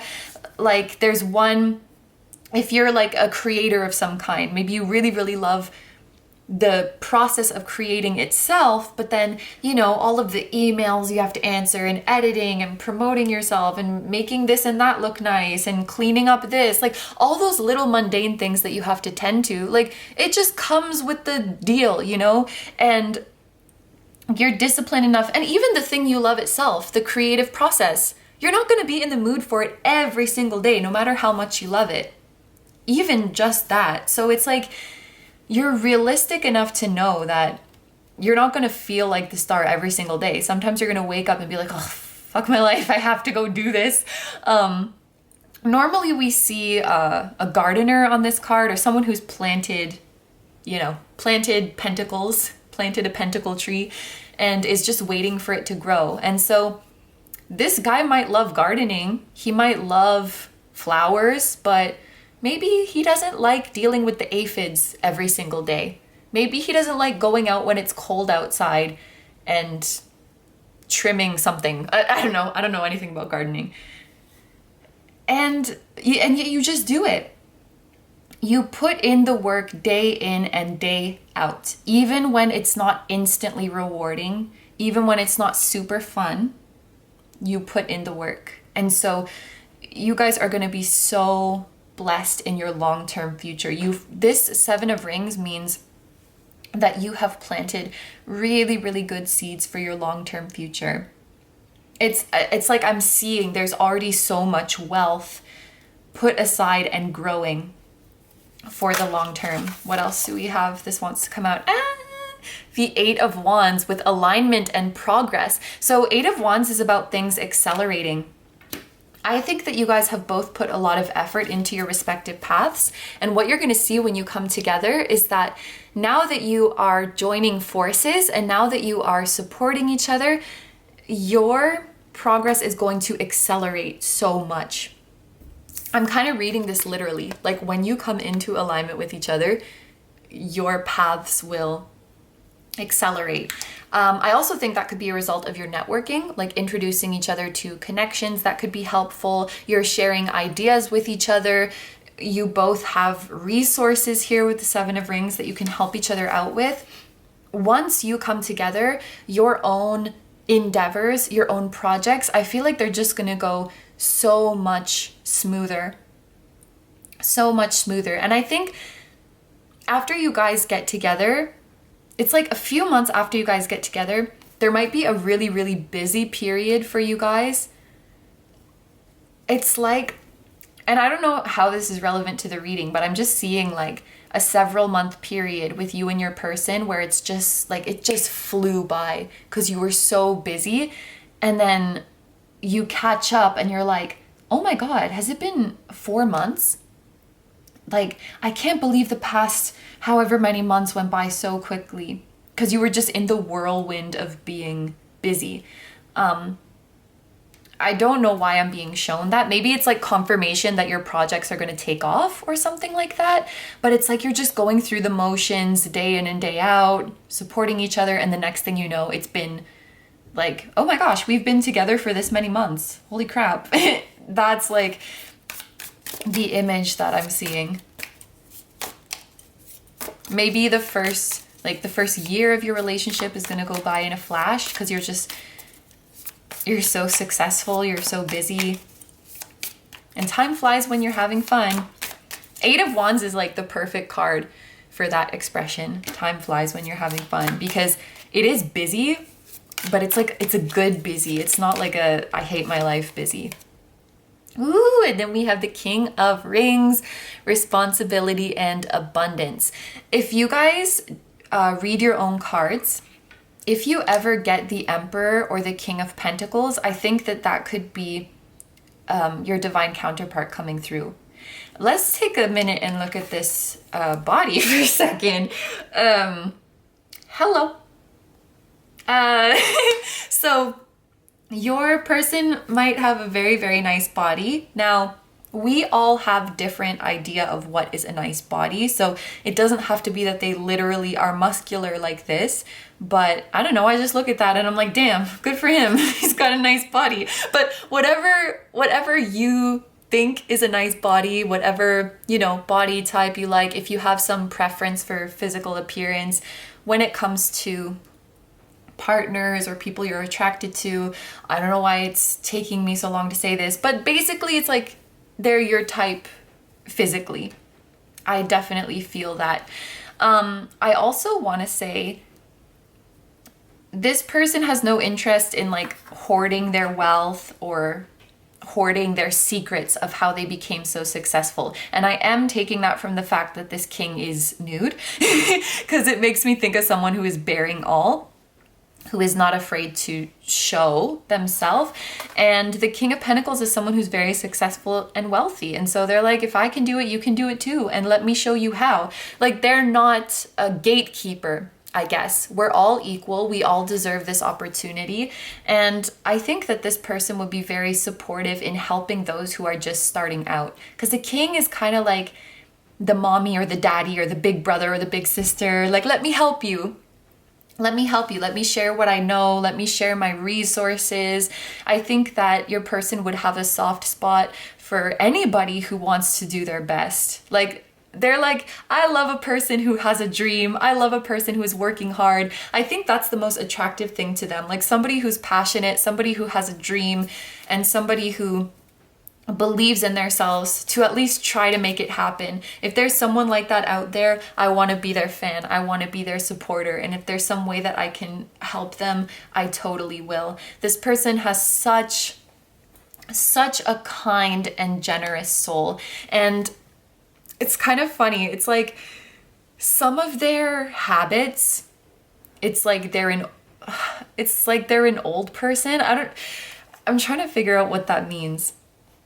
Like, imagine somebody who's like 22 years old, and then on Sunday morning, they're like sitting in their rocking chair, wearing glasses and reading the newspaper. Like, yes, the whatever section. I love reading the newspaper.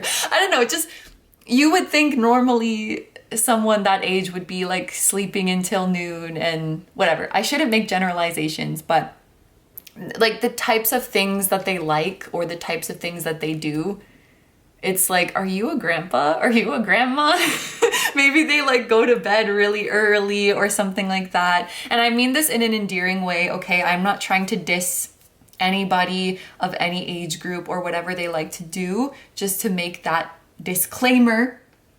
But there's something like that where a certain thing that they do or way they behave kind of seems way, way beyond their years in a funny and cute and endearing way. And again, with the Emperor and the King of Pentacles here, I really, really think that this person has a lot of respect for their parents or for their family in general. and just the people who came before them. So probably a lot of them wanting to help out and support those who come after them is like their way of paying it forward. I would like to be to others what my family or what my parents were to me, especially if other people can't get that kind of support from their family. They should at least know that there's somebody out there who's looking out for them and who believes in them. And I hope that I can be that for as many people as possible, or at least somebody. I'm talking in the first person, but that's but that's your person. Okay, so let's take a look at our oracle cards now. This is just going to be any additional messages that you should know, and then we're going to move into messages directly from your spirit guides and messages directly from your person. Oh, we have home. This again, it's kind of like a reiteration of being proud of their hometown, being proud of their family. I think I even said at some point that this person is like a tree, so there you go.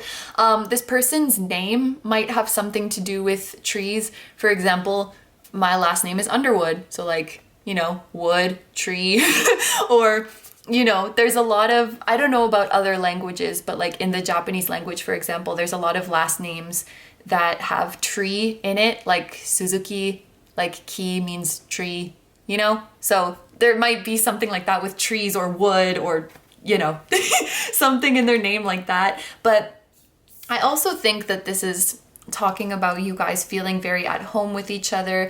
Like we said, you get each other. You don't have to explain yourself. Imagine having to explain yourself in your own home. No, honey, this is where I relax. This is where I don't have to think. And that's what it's like when you're with each other.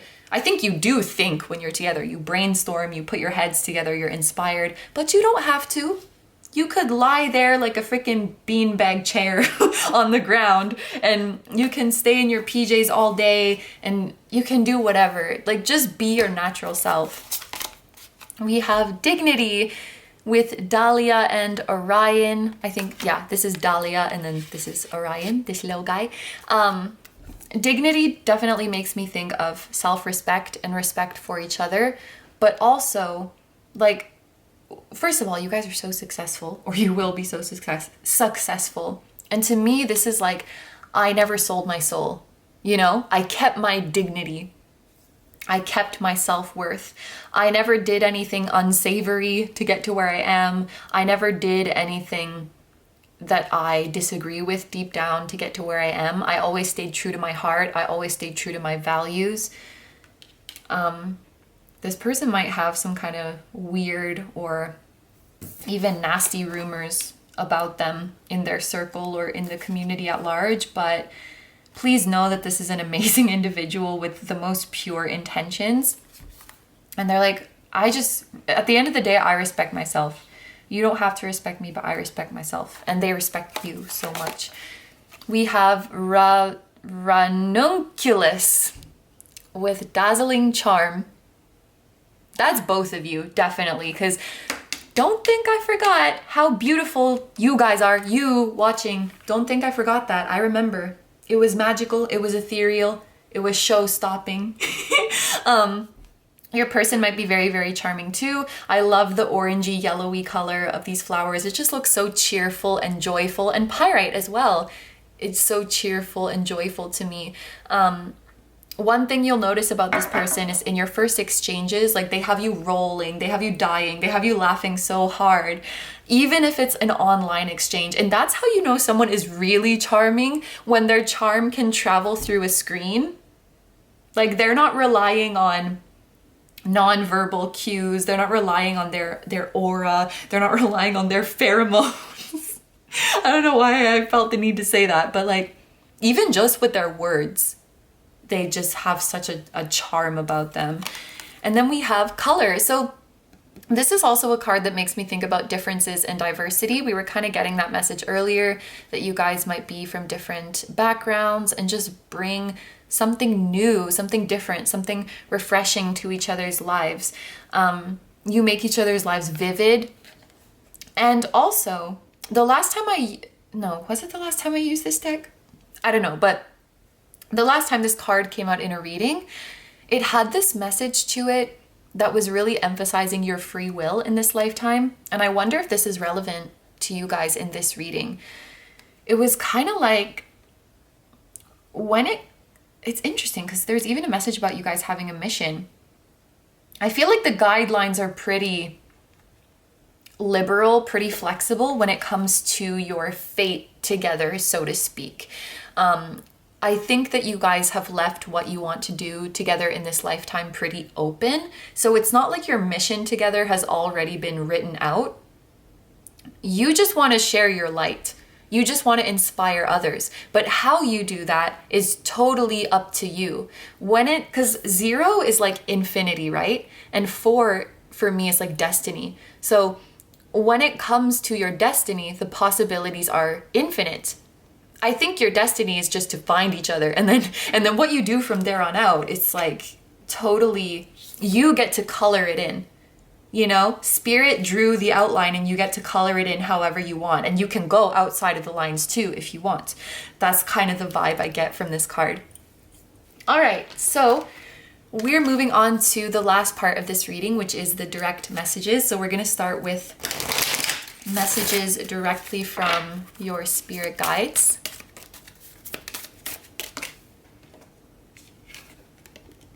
Lead by example. Don't react to how others have treated you. Choose who you want to be and your world will transform.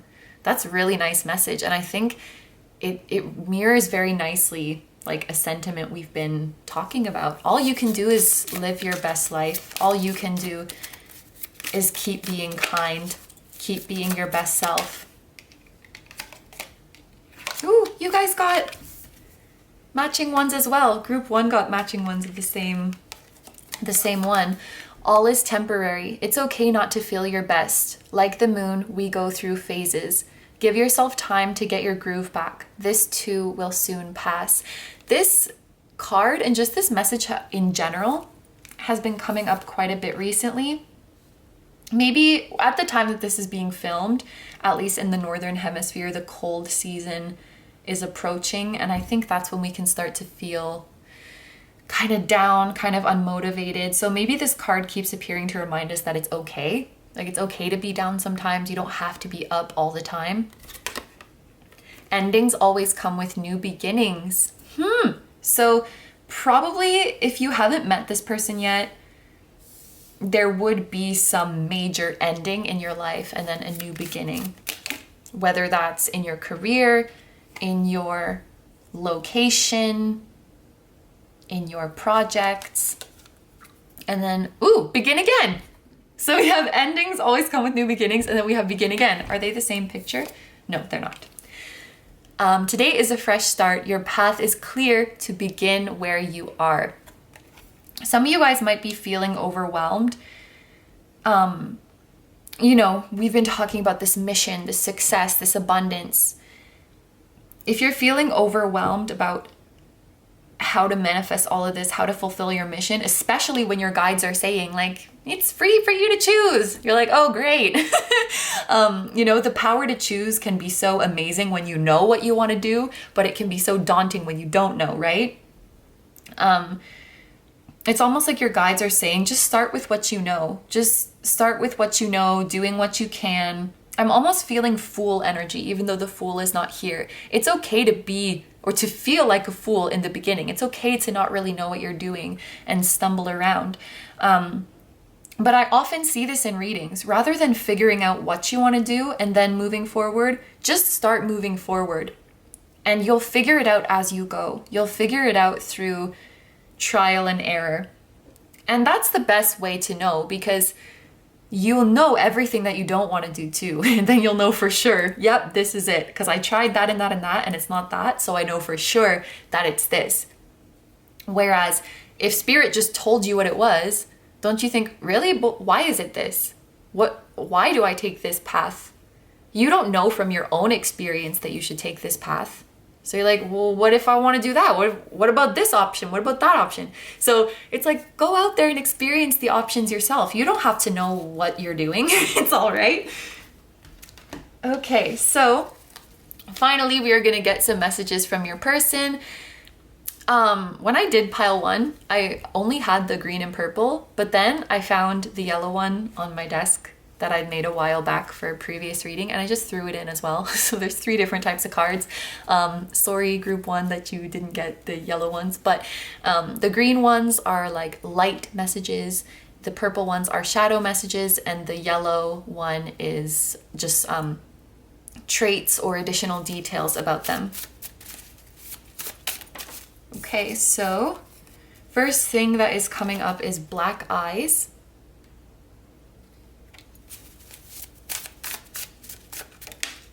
Oh, the traits really want to come, and eyes. Yes, they have eyes, but they might have really, really beautiful eyes. You might really love the color of them, the expression in them, the shape of them. Maybe they have really beautiful eyelashes, or their eyes are just so expressive. When they smile, it reaches their whole eyeball. We have stop waiting for me. So some of you guys might be waiting for this person to begin your project, to begin your new cycle, and your counterpart is saying, stop waiting for me. Like you gotta just go out there and start making your dreams come true. Or this could be like a stop waiting for me to be happy. Like you deserve to be happy right now. And you know, there's this habit that I think everybody at some point falls into, where we postpone our happiness. Like, I'll be happy once I have this, or I'll be confident once I've achieved this. And we can't do that. We can't live like that. We got to be happy with where we are. We got to be confident with where we are. And if you really can't feel that, then we need to take some action.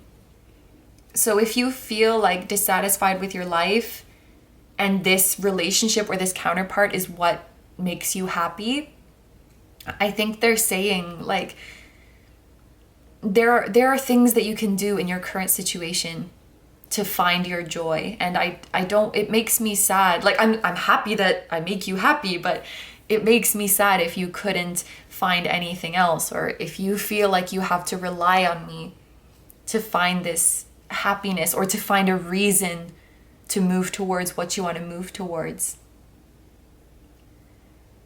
Can you make yourself the reason? Like, I want to do this for myself. I want to reach my dreams for myself.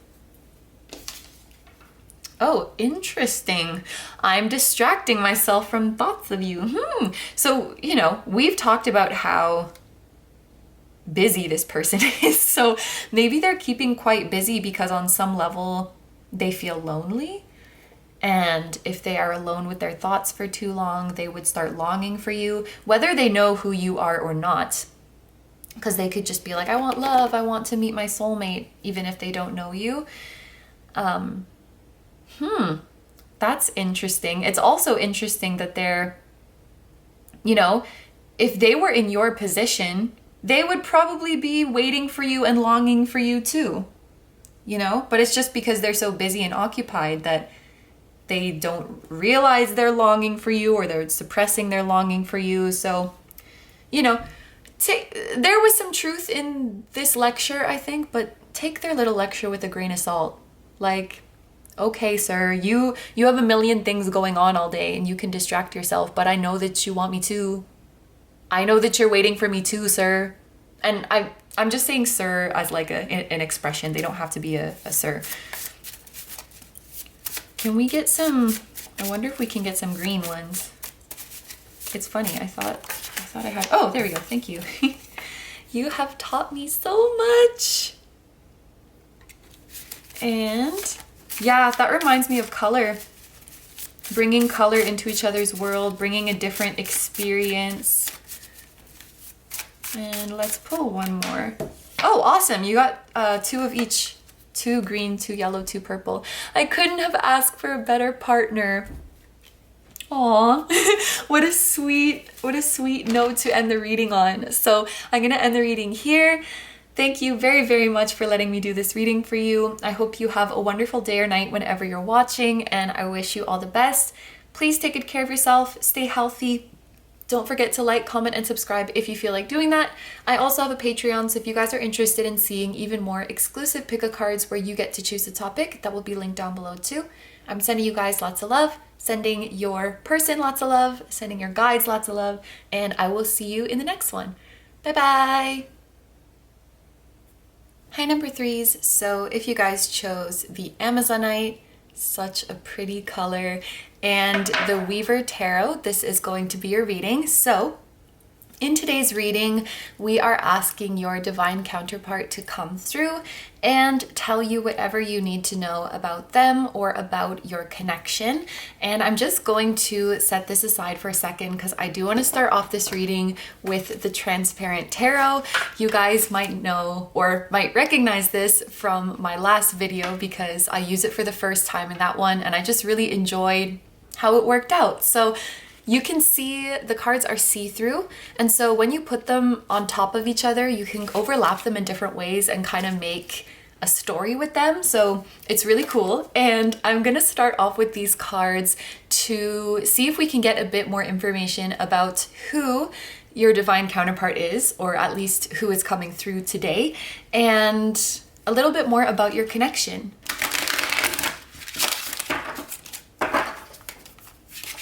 Okay, so for group 3, who is the divine counterpart coming through today?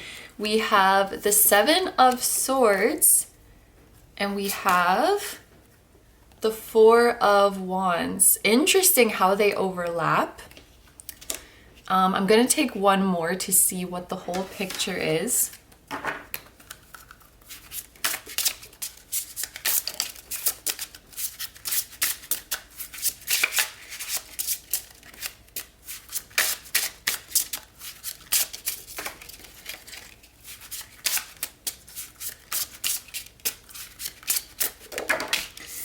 And interesting, there's 2 of Swords. Okay, I'm gonna start with the 4 of Wands and the 7 of Swords energy that we see here. First of all, it's cool that the 4 of Wands is coming through because this is the card that I chose to show you guys in the intro to pick your reading. And like I mentioned in the intro, the 4 of Wands is a card that talks about divine union, joy, contentment, celebration, even weddings and marriages and things like that. It's also a card that can talk about destiny and your wishes coming true. Very often we would see the wands vertical so that it looks like the number 1111. So it is a very auspicious card, and it is one of the happiest cards in tarot. So this is definitely a high level divine counterpart who is coming through. This is someone who would make you incredibly happy. I dare say the happiest of any of your potential partners. But as you can maybe see from this image, this 7 of Swords is looking kind of ominous. You see, there's these 2 people who are, and to me this image looks like they're building a home together. They're building their happy home together. And then we have this like sneaky person in the background. 7 of Swords has to do with deception or not having all of the information on something. And I'm sure as we go through the reading, what this is talking about will become more and more clear. But just from a first glance, looking at the cards that have appeared, it could be that the divine counterpart who's coming through right now is not who you think it is, or there's a lot that you don't know about this person yet. And now that doesn't necessarily have to be a bad thing. I know when we hear the word deception, it sounds malicious, it sounds, unfavorable, but deception can also be like we are being deceived into believing something negative and the truth of the situation is actually better than what we are perceiving. For example, let's say you like somebody and you have it in your head like, oh, their life is so perfect, they're so amazing, they're so out of my league, I can't compare to this person. That can be your ego deceiving you, or that can be the persona that that person puts forward deceiving you, when the truth is that you guys are equals, you guys are counterparts, you guys are amazing for each other, you guys are made for each other. So At this point, I know he does look a little creepy, but I'm gonna stay open to what this Seven of Swords might be talking about.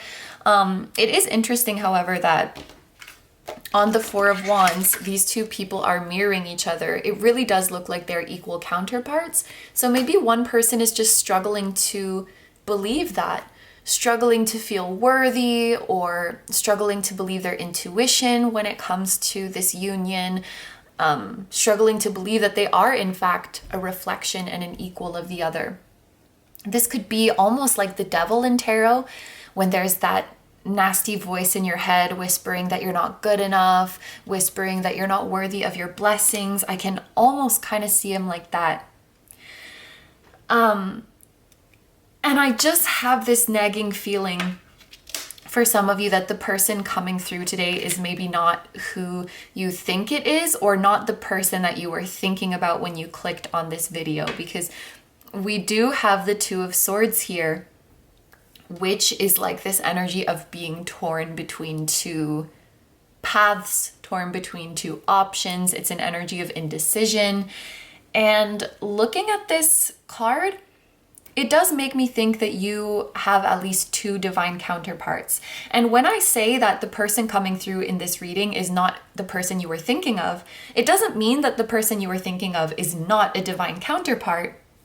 It might just be that you have two, and this is the other one who is coming through. So it's a little bit of a complicated energy. It looks like a little bit of a confusing energy.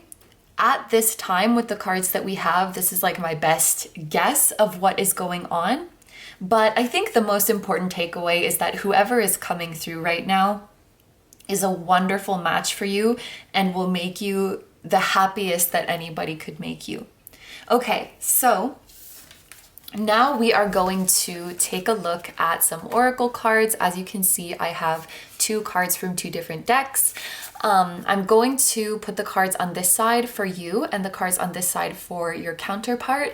But if you feel like the energies are reversed for your situation, or if you feel like you resonate with both sides, that's totally fine. However you feel is right to claim the messages, that is what you should do. And the way I want to look at these is, this card will represent the divine feminine energy within you. This card will represent the divine masculine energy within you. This card will represent the divine feminine within your person, and this card will represent the divine masculine within your person. So the divine feminine energy within you is feeling the world. The divine masculine energy within you is yin. Interesting. So yin is a divine feminine card, but it's coming out in the space for masculine. The divine feminine energy within your person is willing release. And the divine masculine energy within your person is the fates. Okay, so I'm going to start over on your side. As you just saw, you guys got like a double feminine situation going on here. This is the card for your feminine energy, and then in the card for your masculine energy, feminine decided to come out again. So you guys are probably very much leaning towards your feminine side right now, or your feminine side is a lot more evolved, a lot more cultivated. It kind of seems like your masculine energy is falling to the wayside is the expression. So I'll start with the positives of this. With feeling the world, this is totally giving me empath vibes. I want to tell you guys that you are very, very tapped in, and I want to say to every soul on this world, you guys are highly psychic. I think that you're very good at tuning into the feelings of other people, and I also want to say that this can be done from a long distance. So if you wanted to know how this person on the other side of the world is feeling, you literally just need to feel it. You just need to tune into it, and this information will come to you. You may risk confusing your own feelings with the feelings of other people if you have not fully become aware of and become able to control your empathic gifts. So sometimes you might find, why am I feeling so exhausted, so sad, so overwhelmed, so irritable? And it's because of your environment or because of people whose energies have latched onto you. And you guys might be, with your compassionate and kind soul, you may be sort of a magnet for, and it sounds kind of harsh, but leeches or energy vampires or things like that. Maybe you've dealt with that a lot in the past, or you find that it's even something you continue to deal with. You might deal with people because they feel so comfortable around you, just like dumping on you or putting too much of their burdens on you. And as an empath who will feel everything that they're going through as if you're going through it yourself, that can be incredibly overwhelming. And so for you guys, it's going to be really important to establish healthy boundaries. The divine feminine energy is so compassionate, so nurturing, so loving, so nourishing. But you have to make sure that you are taking care of yourself and you're not just handing this out willy-nilly. You can love for and care for the world, but still protect yourself and still keep your boundaries up. And I hope that you guys wouldn't feel like it's your obligation to heal people or it's your obligation to fix people. This might be a dynamic that you guys have been in some intimate relationships, whether they were romantic or not, where people who are broken, and I put that in quotes because I don't know, I just can't think of a better word to say it, but people who have a lot of issues, people who have a lot of unhealed wounds might gravitate towards you, and then that nurturing empathic instinct kicks in where you want to help them and fix them and heal them. But instead of being inspired by you and taking it onto themselves to heal, it's like they just keep taking and taking and taking from you. And so this is a trap that I think you guys could easily fall into if your feminine energy gets too overpowering. If this energy gets too overpowering. And I don't know if this is like you guys just haven't discovered the divine masculine within you yet, or if you are subconsciously suppressing it, or maybe even consciously suppressing it. Like if you have some hard feelings towards masculinity in general, or men, if you've had challenging relationships with men or masculines, which has, you know, caused an aversion to that kind of energy, you know, experiencing a lot of toxic masculinity in your life and then shunning masculine energy altogether in order to protect yourself. I also think that this empathic quality, while it's beautiful, I think we need to acknowledge that it can be a result of trauma. Like you became an empath by necessity. You became able to read people and tune into the energies by necessity. And this will especially be the case if you grew up around somebody who is pretty volatile or unpredictable. It's like, I don't know when this person is going to fly off the handle or when this person is going to get angry or get sad. So I have to be so sensitively highly tuned to their smallest movements, and it's my job to feel their feelings as my own, to protect myself. Or maybe you were put in a position where it's your job to take care of someone that you shouldn't have been taking care of, like a child taking care of their parent when they're at a very young age, or having to take care of your siblings at a very young age. I'm hearing the phrase like you guys have felt the weight of the world on your shoulders, and I don't know if this is something you've already come out of and already healed from, and we're just kind of looking back at what you've been through. If this is something that you're going through now, I really feel for you guys.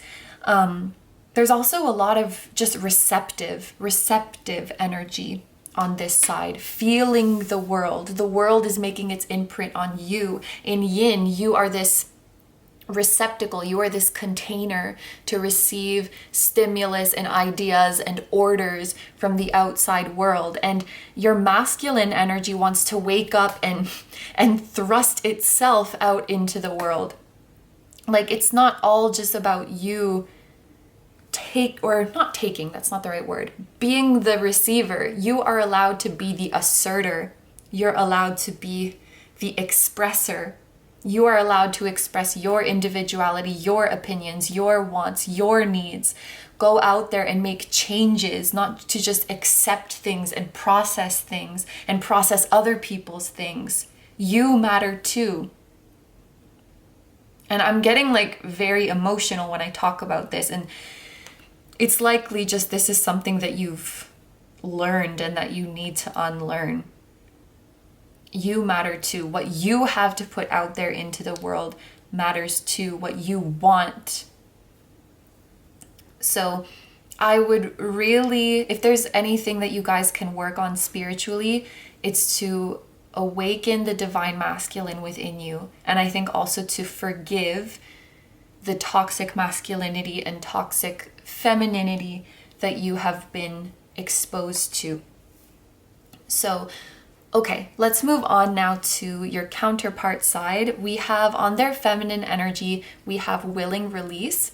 And it's interesting, we have crown chakra here. This card is associated with the crown chakra. I believe it's actually the final card of the deck. I would say that both of you guys are pretty old souls or pretty advanced souls. But your counterpart is very psychic as well, whether they know it or not. I think you guys definitely know it, that you are psychic. I'm not sure if they know that they are. But this person is very, very good at going with the flow when it's time to go with the flow and taking action when it's time to take action. I'm kind of reading these two cards at the same time.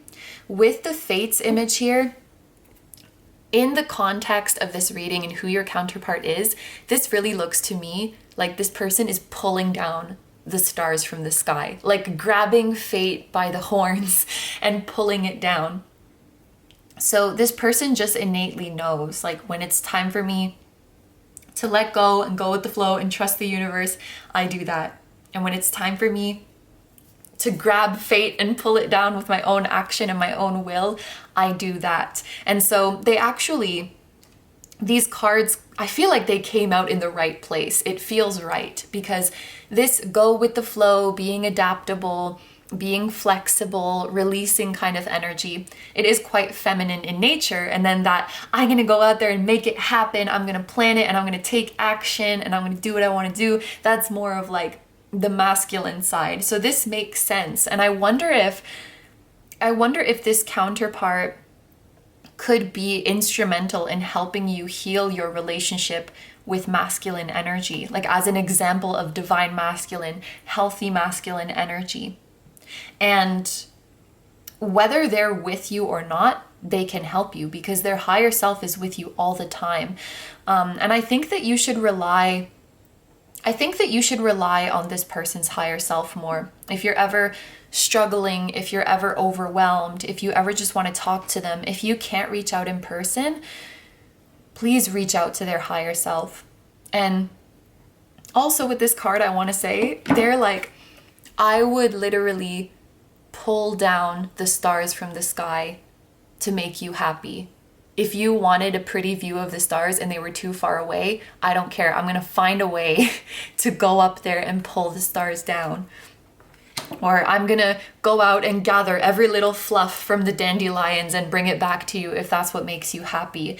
This person would go to such incredible lengths to make you happy. I'm just noticing the Seven of Swords sneaky person is, on the left side, and this is you. This is your energy. This is really a difficult energy. I think the template, the blueprint that you guys received for a loving relationship, and maybe this was at a very young age, it was like not fair to you at all. It's like you've been conditioned or you've been taught that if I love you, then I'm just going to give to you no matter what. I'm going to give of myself no matter what. I'm going to fix you. I'm going to be more concerned with your healing than you are with your own healing. I'm going to pick up the slack when you don't carry your own weight, because that's what you do when you love somebody.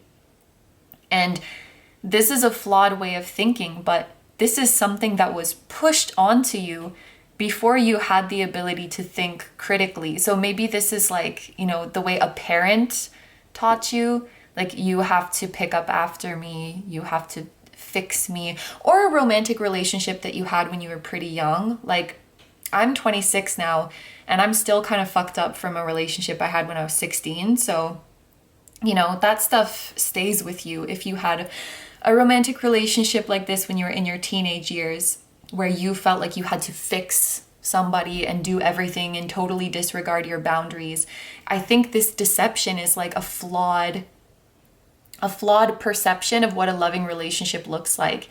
And I think that maybe this divine counterpart coming through is somebody you haven't met yet, who is gonna, oh my God, I feel like I'm gonna cry, like who is gonna give you the world, who is gonna pull the stars down from the sky for you, who is gonna gather all the little fluffies in the dandelions for you, like just to make you happy. This could definitely be past energy, like, you know, a previous relationship where you were so sure this is the person I'm gonna marry, this is the one. And as you repair your boundaries, I think you would look back and, if I'm being frank, I think you might be horrified that at one point you thought this person really loves me, this is the one.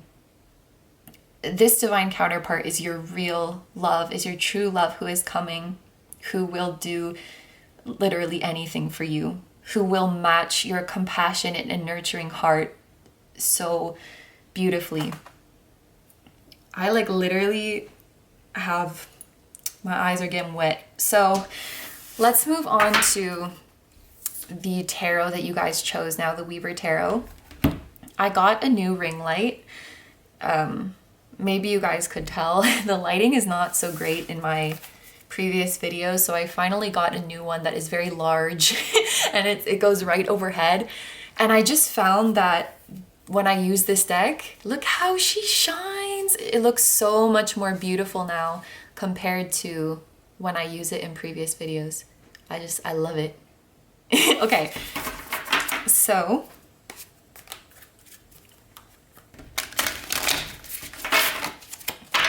for group 3, what does your divine counterpart want you to know?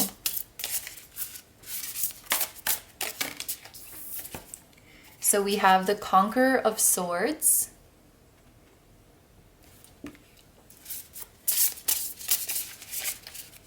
Conqueror is the Knight, I think. We have the Two of Coins.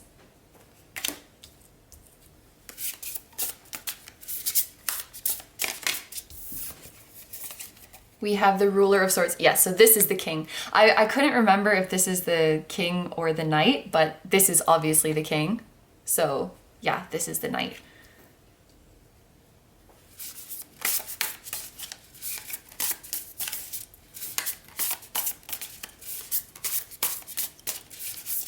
Oh, I love this. That's a lot of cards. I'm not going to take all of them, but I am going to keep in mind that we had a little deck explosion, because when I'm shuffling cards and like poof, a bunch of cards like fly out at the same time like that, it makes me think this divine counterpart is thinking about you a lot.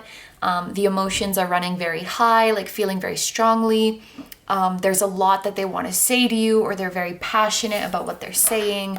It gives me this kind of vibe. And then we have the Seven of Coins. Ooh, oh my gosh, I cannot get enough of that. Like the colors and the shiny. I can tell, like, if you guys were drawn to this pile for the aesthetics and the colors, I totally get it. Because, like, look at her. She's so beautiful.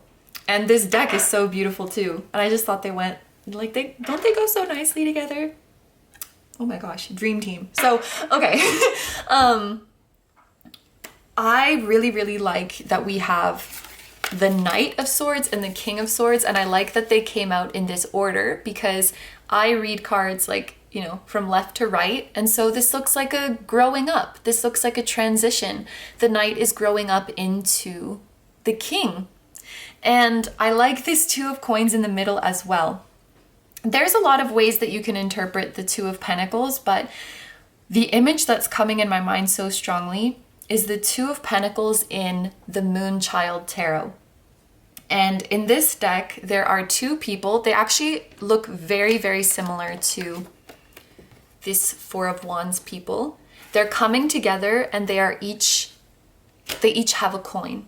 So rather than the traditional imagery of like one person juggling coins all by themselves, it's this beautiful reciprocal image where I have a coin, you have a coin, we mirror each other, we reciprocate each other, we each bring our coin, we each bring our 100%, and we make this partnership work. So that's the vibe that I'm getting from this Two of Pentacles. And I really like Pentacles energy in general, but when it comes to a relationship reading, Pentacles is something that is real, something that you can count on, and something that is long-term. So one way to identify this divine counterpart, if you haven't met this person yet, is that, first of all, with all of this Swords energy, they're going to be excellent communicators, and they will not shy away from those conversations that can be kind of awkward or that can, kill the mood or whatever it is, like the what are we talk, what do you want in the future? Do you want kids? Where do you want this? Do you want that? Those kind of things. I feel like sometimes people can bail out of those and be like, oh, let's just enjoy ourselves and see where things go. And in their head, they're like, I have no intention of committing to you. You know what I mean? These kind of misleading Seven of Swords ass people. They have no problem to honestly and openly discuss what it is that they want. They will be very open and clear with you from the beginning. And with the Pentacles energy, I do think this is somebody who is really looking for a commitment, who is looking for this Two of Coins. Like, I'm ready to give my 100% in a relationship, and I'm ready to find someone who's willing to give their 100% in a relationship. And, if sometimes you have a bit less to give and I have a bit more to give, I will cover for you, and vice versa. But what we're not going to do ever is put all of the burden on one person, and that's the default dynamic of our relationship. The effort we put in can ebb and flow sometimes, but it's not like we're keeping a tally. Do you know what I mean? But the balance is there. I'm going to do the best I can, and you're going to do the best you can. And I think that this person is very down to earth and practical when it comes to relationships. Of course, attraction is really important. Of course, like your physical compatibility and stuff is important. Your passion is important. Romance is important.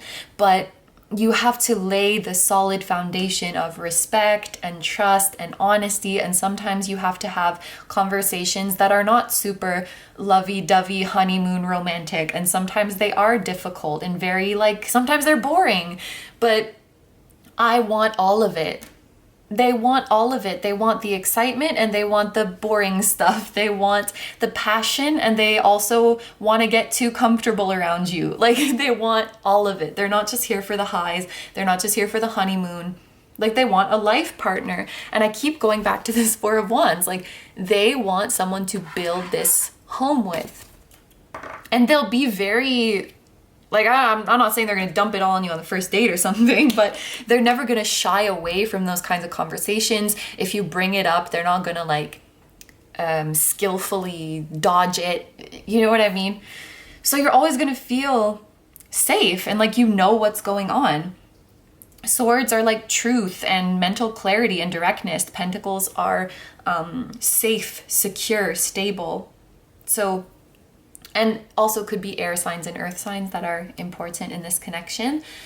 I think you'll balance each other out very, very nicely.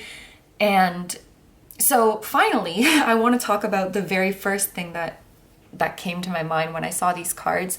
And that is this transition, this growing up that we talked about before with the Two of Pentacles in the middle, which we have established. It has to do with cooperation. Each party is putting in their effort.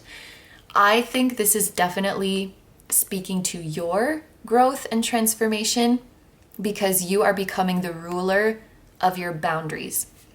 The King of Swords is like you becoming your own bodyguard. You're becoming your own best friend.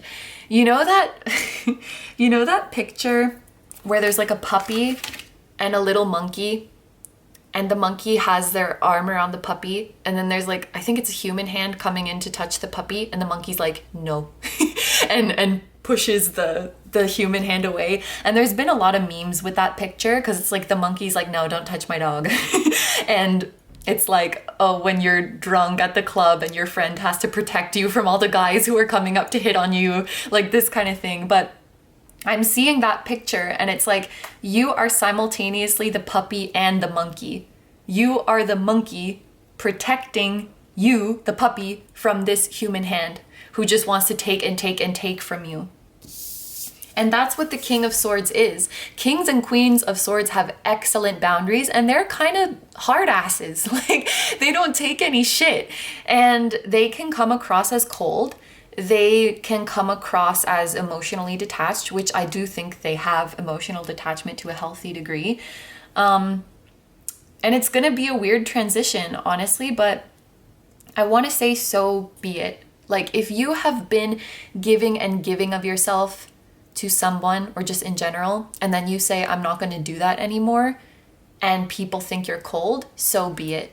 Like, honestly, be cold then, because your mental health is more important. Your inner peace is more important. Your self-respect is more important. And what I really admire the Kings and Queens of Swords for is their self-respect, and their bullshit meter is so finely tuned, and their bullshit tolerance is so low. And it's like, imagine trying to guilt trip the King of Swords. Like, he's the king of intellect. He's the king of, like, seeing through your shit. You can't manipulate the King of Swords. You cannot guilt trip the King of Swords.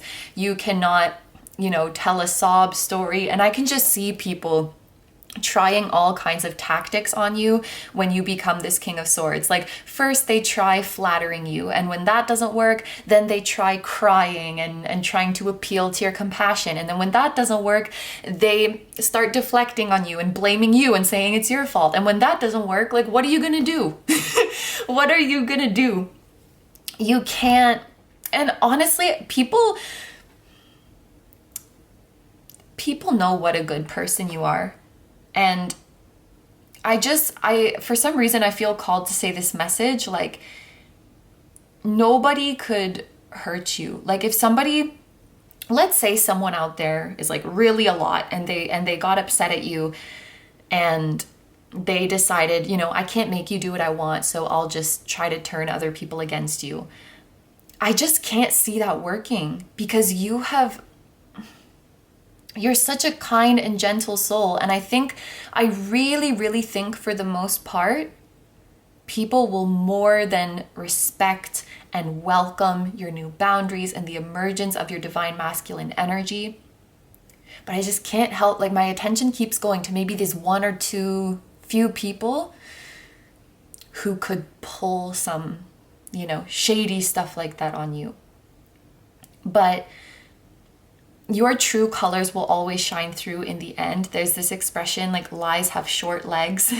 The truth is always going to come out. And so it's scary to start putting your foot down. It's scary to start having boundaries, especially if you're dealing with toxic people. Like I said, for the most part, I think that people would be more than understanding. But still, if you're used to giving and giving and giving and fixing and healing everything, you're gonna feel harsh. You're gonna feel mean when you start to put down these boundaries. And that's normal. You will get used to it. Just like a pool feels really cold when you first get into it, and then it feels room temperature after a few minutes, even though it's the same. Your body will get accustomed to it. And if there's a few oddballs, a few people who don't accept your new boundaries, just as hard as it is, let them do what they need to do. Let them say what they need to say to make them feel like they're in power, that they have control over you. It's not going to work. The truth will always prevail. Your character, your integrity will always prevail. And if anyone's going to speak on you in a negative or misleading way, like this Seven of Swords, literally like behind your back, it's only going to bite them. It's only going to bite them really hard. And I know it's so difficult, but you just have to let them talk their shit and let them do whatever.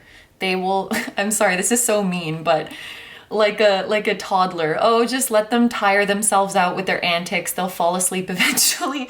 That's so mean to toddlers, and it's like, it's so mean to that person, but I'm sorry, I'm gonna be a little bit snarky. But like, that's the vibe that I was getting. And okay, I gotta go all the way back to the point that I've been trying to make with this Two of Coins in the middle. I'm just gonna say it so that I can't talk about other stuff anymore. What I wanted to say is that you're not in this alone. In your leveling up from the Knight of Swords to the King of Swords, you are not alone. So don't think that this is like you have to heal this aspect of yourself and then you will attract your counterpart. It's not a condition. It's not a condition for finding your true love. It's not. It's for you. It's completely for you. And this means that you're going to cooperate on this. The Two of Coins. You and this counterpart are in it together. And I can see your counterpart nudging you like, no, call that person back and tell them you're not doing it. You don't want to do it. Like keeping you accountable to become your new self. And, you know, a lot of this reading is about your journey. And maybe this is your divine counterpart's choice of like, no, I want this reading to be about you. Today I want to talk about you. Because I'm not seeing a lot about, you know, them and what's going on with them. But you never know. They might be struggling through their own growing up and transformation like this too, that you can help them with. So the topic of the reading today does really seem to be falling on you.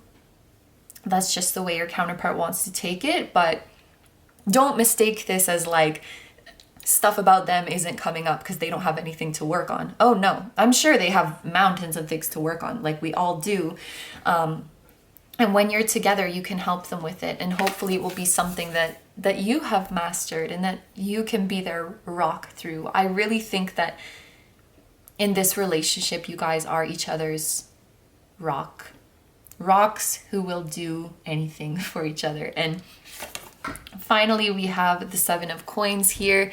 This is planting the seeds for a happy future. This is the phrase like having all your ducks in a row is coming to my mind.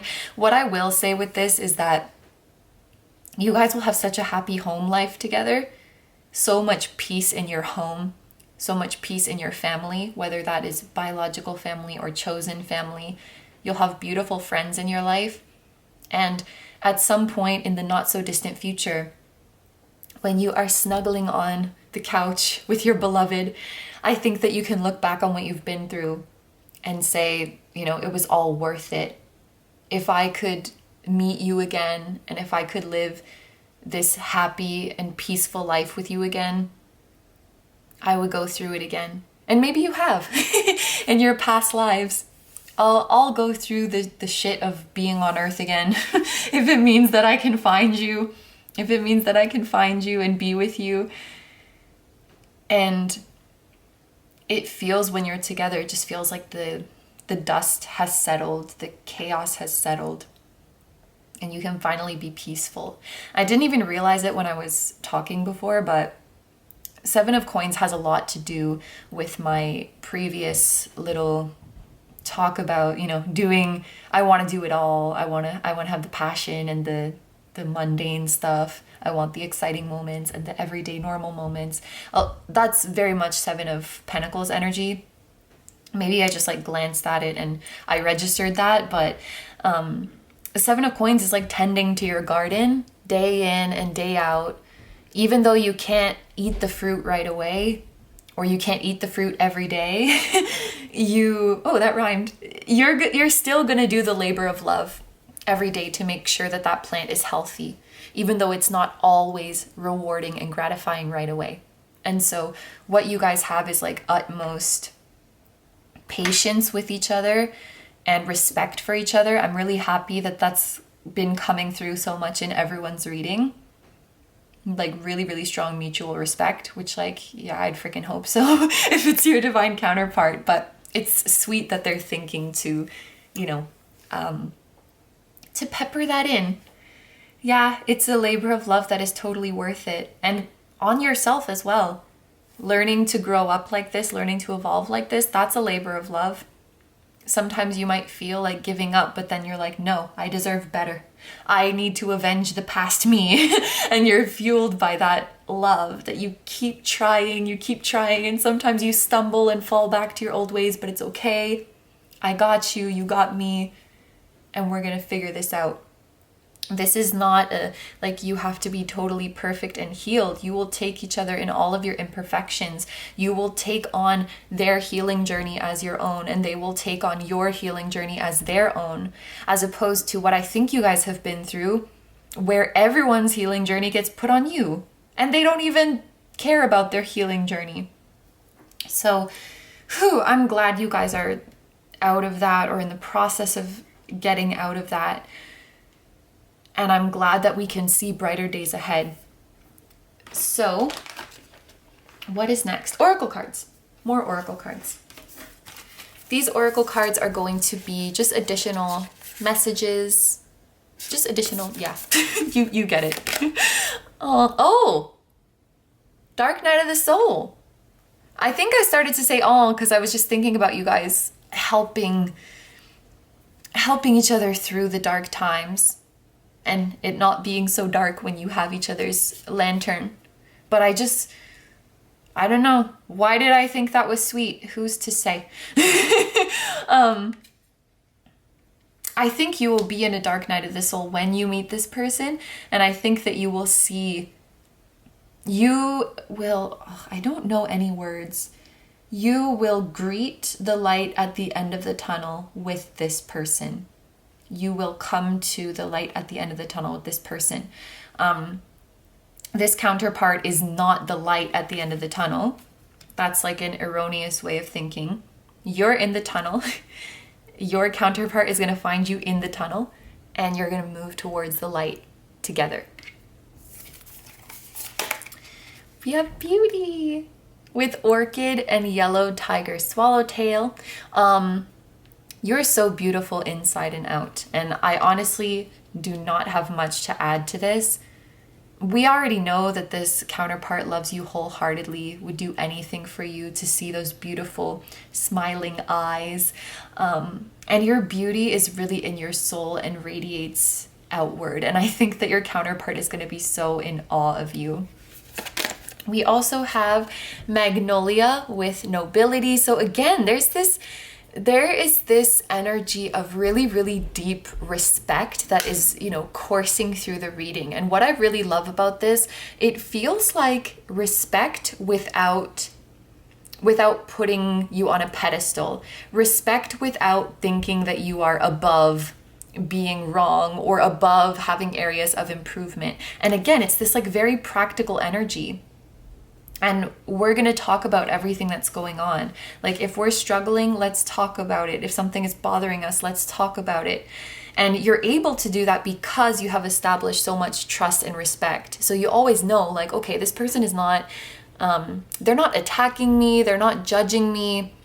You feel no need to go into defensive mode, even if you're having difficult conversations.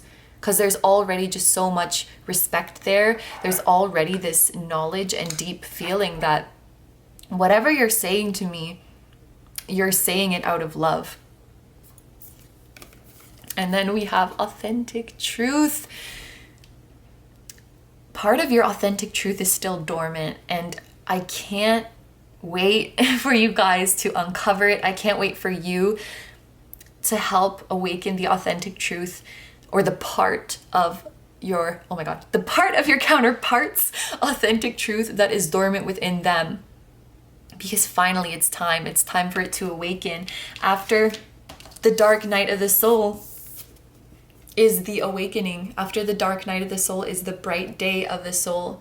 There is no night that doesn't dawn. Every Every night has a dawn. Whatever I'm trying to say. Okay. So the final part of the reading is going to be direct messages. So we're going to get messages directly from your spirit guides and then messages directly from your person.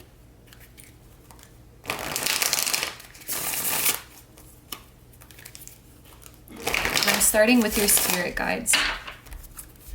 What do your spirit guides want to tell you about this divine counterpart, about this connection, or just in general? A lot of these heart cards are coming up today. It's very nice. Keep being you. What others say or do is a reflection of them, not you. Don't take anything personally. It drains your energy. I don't even really have to add anything to this, but keep being you. Don't apologize for being you. Don't apologize for putting yourself first. If anyone has anything to say, that's a reflection of them. It's not your fault if somebody doesn't like your boundaries. That's their problem. And don't take it personally. Like, period. That's it. You got another one. I think every group so far, the first two cards to appear are both this exact image. That's so sweet. Be vulnerable. Vulnerability is strength. Lay your cards out on the table. Reveal the true you. Keep your mind and heart open. There is no need to protect yourself. This is the type of dynamic you're in. Absolutely. You don't have to be perfect to come into this union. You don't have to be perfect to be worthy of this true love, of this Four of Wands. Okay, we also have pause. Take a moment, close your eyes, relax your body, just breathe slowly, deeply. Sorry if you can hear that, that's a garage. I'm right next to a garage. Some of you guys might be working too hard, need to rest more, need to sleep more. This could also be encouraging you to meditate. I know there was a message at the beginning of the reading of rely on your counterpart's higher self more, talk to your counterpart's higher self more. Meditation might be a great way to access their energy and to feel them more strongly, getting yourself relaxed before you sleep so that you can have more vivid dreams, so that you can meet them in your dreams. Also, massage is coming to my mind. If you can, and if you want to get a massage, that could be, I don't know, your guides want you to do that, I guess. Maybe some of you guys were thinking about it and then you're like, nah, that's too frivolous. And your guides are like, no, it's not frivolous, it's self-care. Your greatest challenges are your biggest blessings. Don't give up before the magic happens. You are leveling up. Woo! I feel like chills when I read that. All right, so finally, we're gonna get some messages from your counterpart. So the green ones are light messages, the purple ones are shadow messages, and the yellow ones are like traits. I added this halfway through the video, so group 1 didn't get them, but 2, 3, and 4 will have the yellow ones.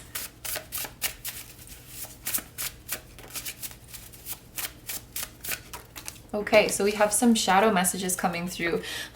You trigger me. So, as I suspected, your counterpart was very much talking about you and your experience and how they'll help you through that today.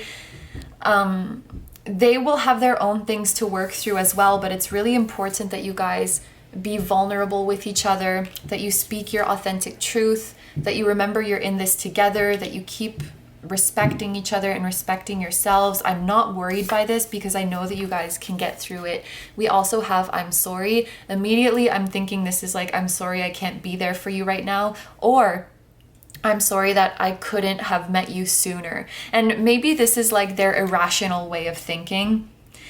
But it's like, I'm sorry that I didn't meet you, you know, that I didn't come into your life 5 years sooner so that you didn't have to be in that horrible relationship. Like if we had met earlier, I could have stopped that from happening. And like, it's not rational, you know, what happened, but there's still, you know, emotions aren't rational. So there might be a part of them that feels that way. We also have, I'm so proud of you. Oh, that makes me so emotional. they're going to be so proud of you. Like, they've seen you in the dark night of the soul. They've seen you in the tunnel. They've seen you out of the tunnel. They've seen your true beauty. They've seen your kind, compassionate soul. You've handled these challenges with so much grace. We have you see right through me. I'll be by your side forever. And I'm gonna get one more.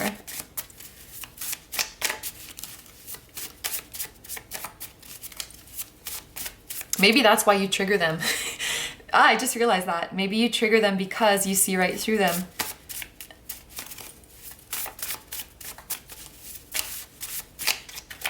And I pick up on your energy all the time. Interesting. So I remember very early on in the reading, I was like, you know, this person has highly psychic abilities. I'm not sure if they realize it. Oh, I also wanted to show at the bottom of the deck, we have taller, which is, I guess that's the only trait you're getting of them. They're taller than you.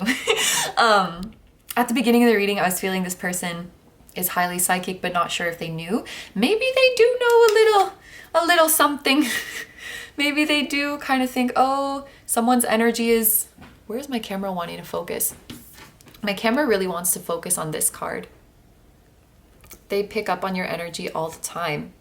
And with this authentic truth that kept wanting to be focused on, they may actually realize that it's your energy. Not just like, oh, I'm thinking about group 3 a lot, but no, group 3 spirit is with me. Whether you know them in the 3D or not. So I would say at the very least, they believe in souls for sure. And they believe in, maybe if they don't exactly know how to explain it, you know, I think people have some kind of sixth sense, you know, like they can just feel when someone's energy is around them or feel when something's going to happen. They have that awareness for sure.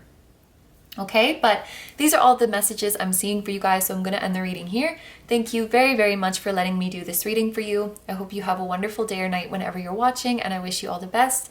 Please take good care of yourself, stay healthy. Don't forget to like, comment, and subscribe if you feel like doing that.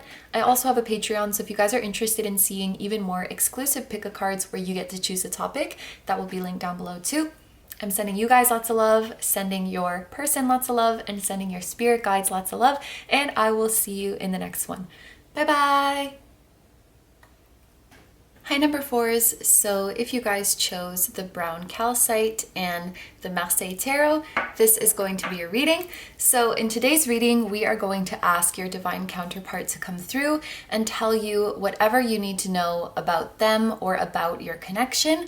But I'm just going to set this aside for a second because I want to start off the reading with the transparent tarot. I just got this deck. I really like it.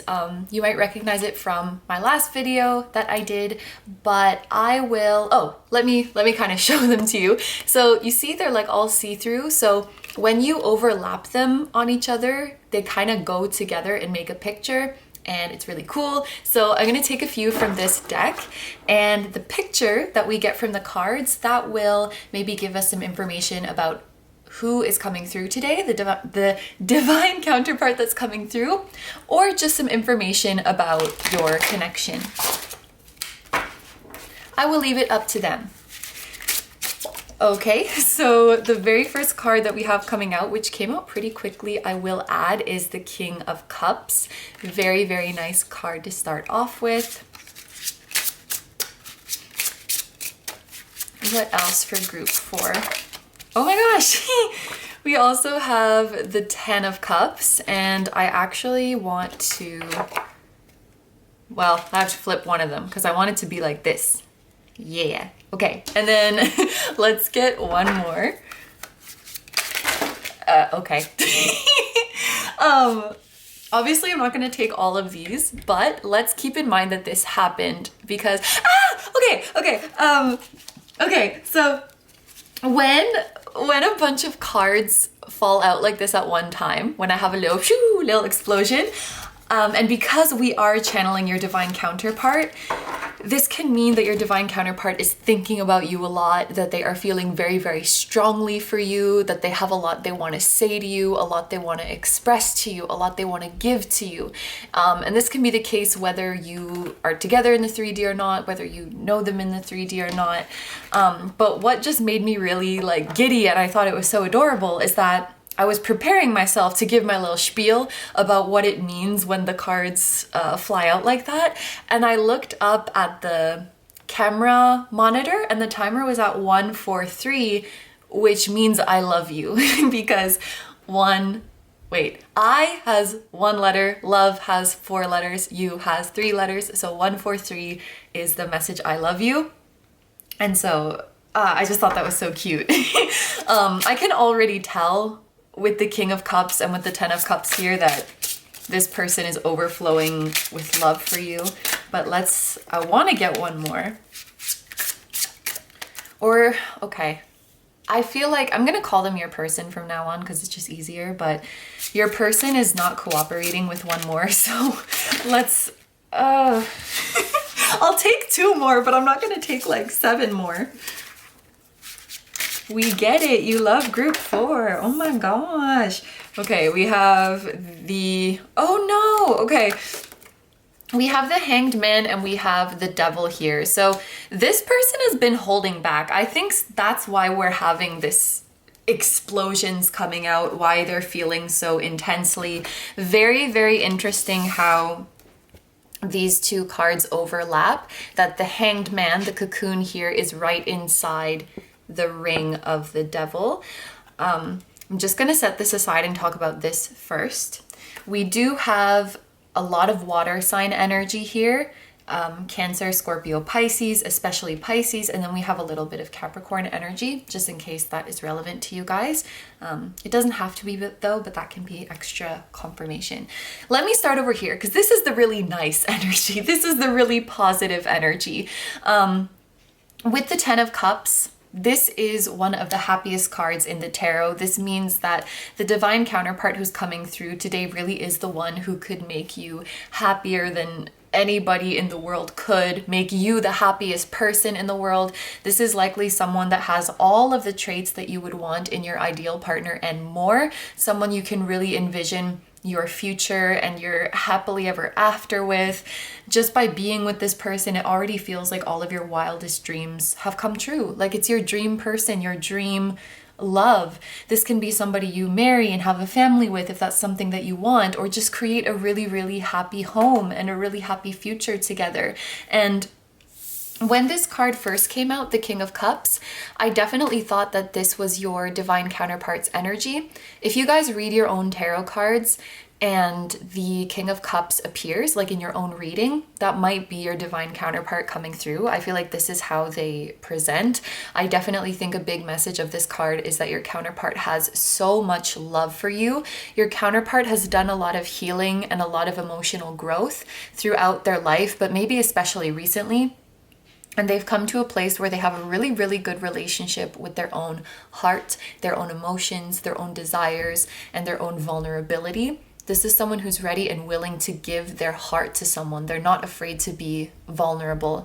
And this person has so much tenderness, so much compassion. It really does feel like a gentle soul, like a very gentle and loving soul. So I was definitely thinking, this is your counterpart's energy. But then when I look at this is so cute. It's like 2 humans on the ground raising their glass to celebrate their union. And then there's a huge angel or a huge spirit guide who's also raising their glass to toast with the people. So this combination of cards is definitely a huge confirmation to you guys that you have all the divine support. Like when you get together with this person, it almost feels like your guides are saying, we're gonna be more excited than you.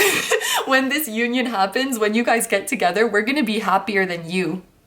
Your guide, I don't know if that's true, maybe it's a hyperbole, but equally as happy. And your guides are gonna be up there celebrating as well.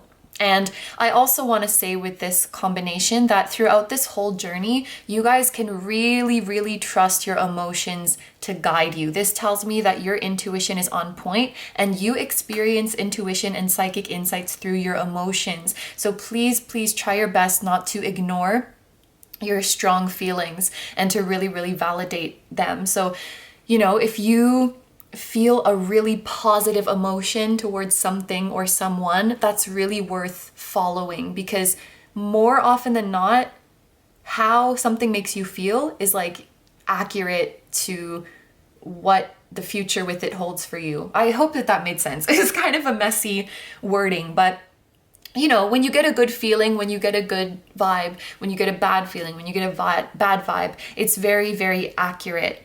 And I think you can trust yourself to evaluate, okay, this emotion is trying to tell me something very, very important. Now, it's really interesting that the deck was behaving so weirdly.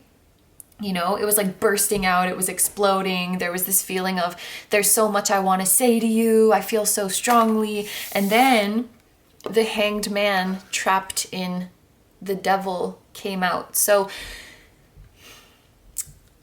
if this is somebody in your life already, somebody you already know, it does feel like they are holding back a lot.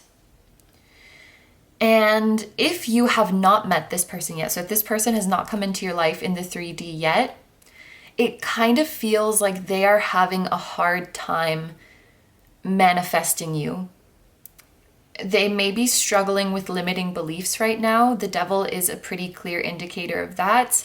Like if they're trying to manifest you into their life, they might be struggling with limiting beliefs.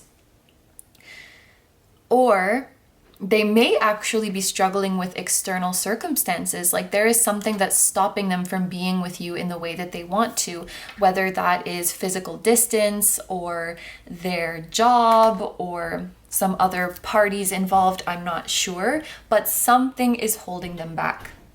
Whether it's something internal, something external, or both, this is totally a restrained energy. This is like something's being held back or something's being put on hold. The Hanged Man represents a situation where you're literally left hanging. You're literally hanging there. There's no actions being taken. There's no progress to be seen. And then the Devil, you can see quite literally from this image, is somebody is restrained. Somebody is held down. So the vibe that I'm getting from this person's emotions right now is, I feel so strongly for you. I want to be with you so much, but I can't.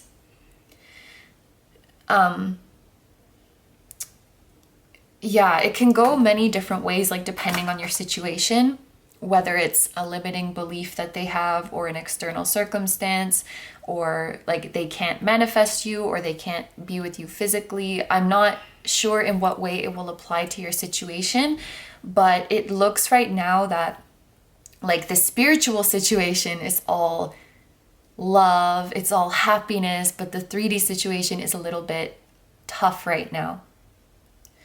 So let's move on to the oracle cards. So I'm going to put 2 cards on this side, 2 cards on this side, and I'm going to think of this as you, your energy, and this as your counterpart's energy. But if you feel like the energies are reversed, feel free to, you know, switch the messages, or if you feel like you actually resonate with both sides, that is totally fine as well. But the way I am thinking of this spread is this card will represent the feminine, the divine feminine energy within you. This card will represent the divine masculine energy within you.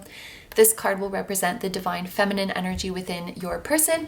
And this card will represent the divine masculine energy within them. So the divine feminine within you is being represented as shining through. The divine masculine within you is being represented as to the sea, so even more water energy. The divine feminine within your counterpart is being represented by tender embrace. And the divine masculine energy in your person is being represented by fork in the road. I am noticing that both of your person's numbers add up to 4. So 22 adds up to 4, 13 adds up to 4, and 4 is the number of the Emperor. So this tells me this person is maybe very evolved in their divine masculine energy, or it's something that they are working on. They're working on their divine masculine energy. And judging from what we saw here with the Devil and the Hanged Man, it might be something that they're currently working on, because divine masculine energy is all about like going after what you want and taking action and being brave, being bold, being confident. And so if they're feeling like this little trapped cocoon right now, then maybe the Emperor is, even like the archetype of the Emperor is here as a guide for them to help them embody that divine masculine energy. Or the Emperor is their potential, what they can become if only they can come out of this cocoon, if only they can come out of this ring. And interestingly, you have the number 3 on your side, which is associated with the Empress. So we kind of have like Empress and Emperor energy here.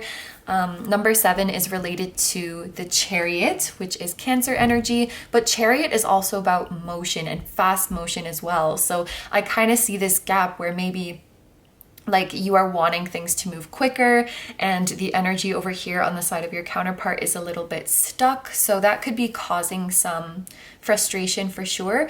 But let's dive into the meanings of each of these cards now. So here we see that your divine feminine energy is shining through, and this little blue diamond here tells us that this card is associated with the throat chakra. So there is something about your voice or something about your words that really, really transmits your divine feminine energy. I think that you share your nurturing and compassionate and uplifting energy with the world through your voice in some way. I'm hearing like some of you guys might be very talented singers, or you have a very soothing voice, or you have a way with words where you know just what to say to make somebody feel cared for.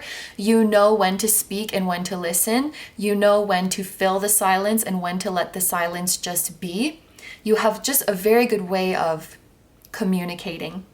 And you could be, if I go even broader with communication outside of like voice, you could be a talented writer as well, but it's about your words. It's about the way you communicate your ideas. And this is how your creativity, your compassion for humanity comes through, that divine feminine energy. And I think with this shining through, you help people, or you have a natural gift of helping people see the light that is within them, the unique light, that it's okay to be you. You don't have to be like everyone else, because you were put on this earth just as you are for a reason. There's something about your energy that is like, you nurture for others by uplifting them. You nurture for others by making them feel confident, by making them feel like they matter. So you're like this lighthouse, or you're like this beacon of light, and then from your light all the little lights boop boop boop boop boop come on around you, if that makes sense.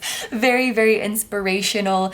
Your voice is so powerful, or your words are so powerful. If you guys aren't involved in any kind of career or any kind of projects where you are writing, talking, singing, sharing your ideas, maybe even reading, like reading cards or something, I think you are very strongly being encouraged to do that. And this might actually help you become closer to your divine counterpart, because writing and speaking is such a good way of channeling and such a good way of receiving new information. A lot of the time, and I think I'm not the only one. No, I'm not the only one. Like, we sit down to film a reading and we're saying something, we're delivering some advice or some truth, and it's like, man, that's the first time I've considered that, because you're just channeling as you go.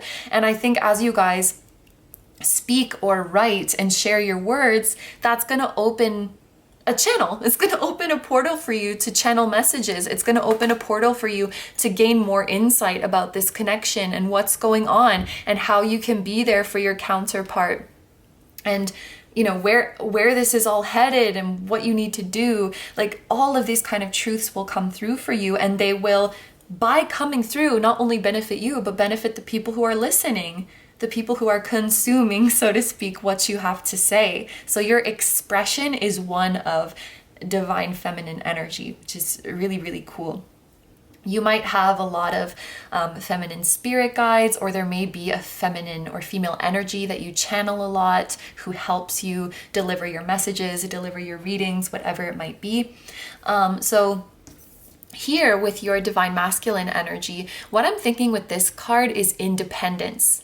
and kind of an adventurous energy. You see, this person is going out on the sea all alone. So it's like, if your whim calls you somewhere, if your divine feminine whim calls you somewhere, the divine masculine part of you is like, okay, you want to go there? Let's go there. And you find a way to make a boat and you go out there on your own and you explore the uncharted territory.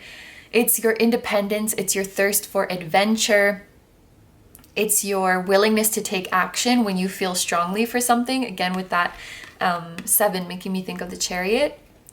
But I also feel a little bit of like loneliness or isolation when I look at this card. You guys, you do have actually a very lovely divine masculine energy within you, but in a world where, well, most of the energy, but in a world, no, maybe that's not fair. In a world where toxic masculinity runs rampant, divine masculine energy can feel lonely, can feel out of place.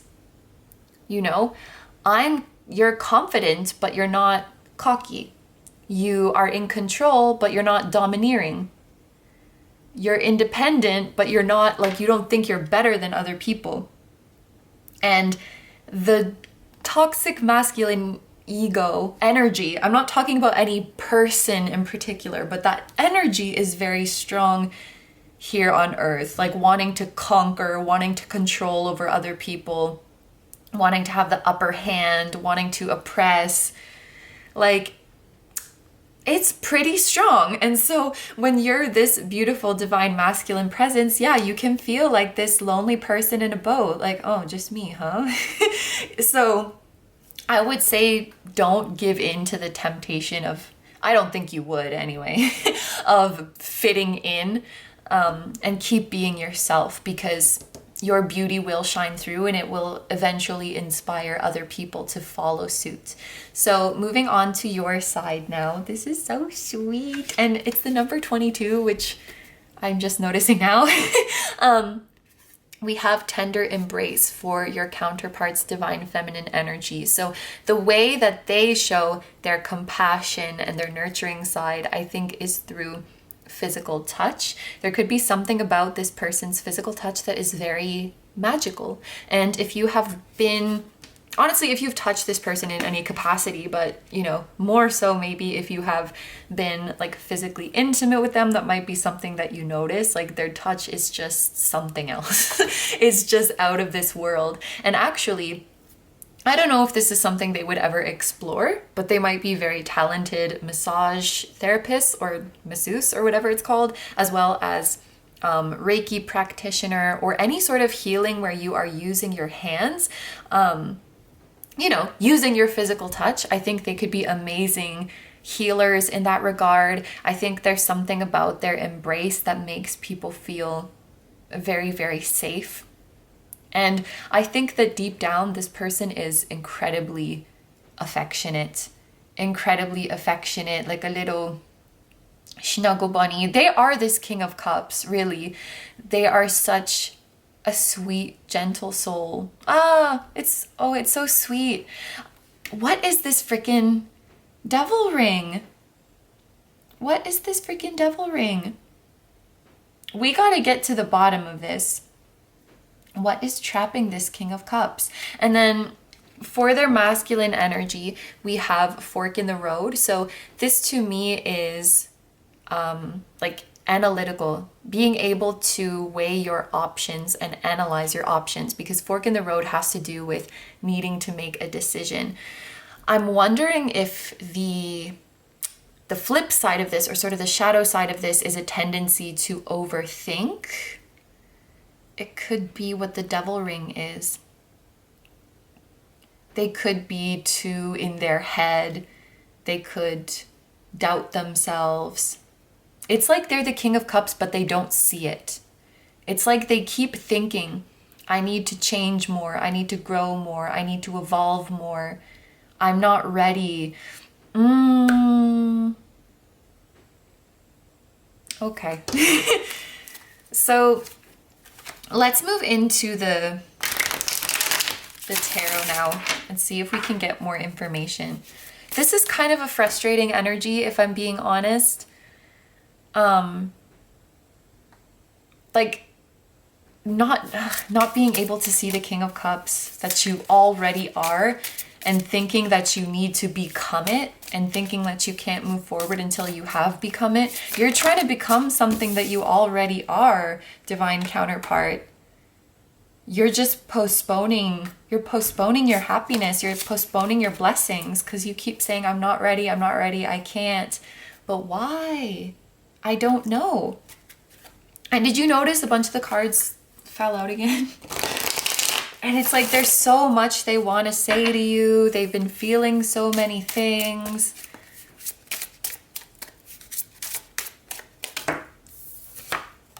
So we have the Ace of Pentacles.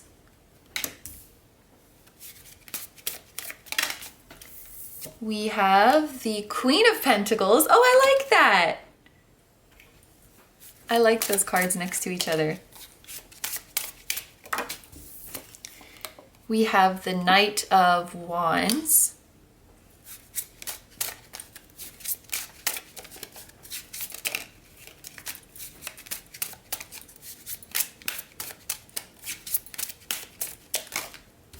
And okay, I will take an extra one this time because it was only one extra one.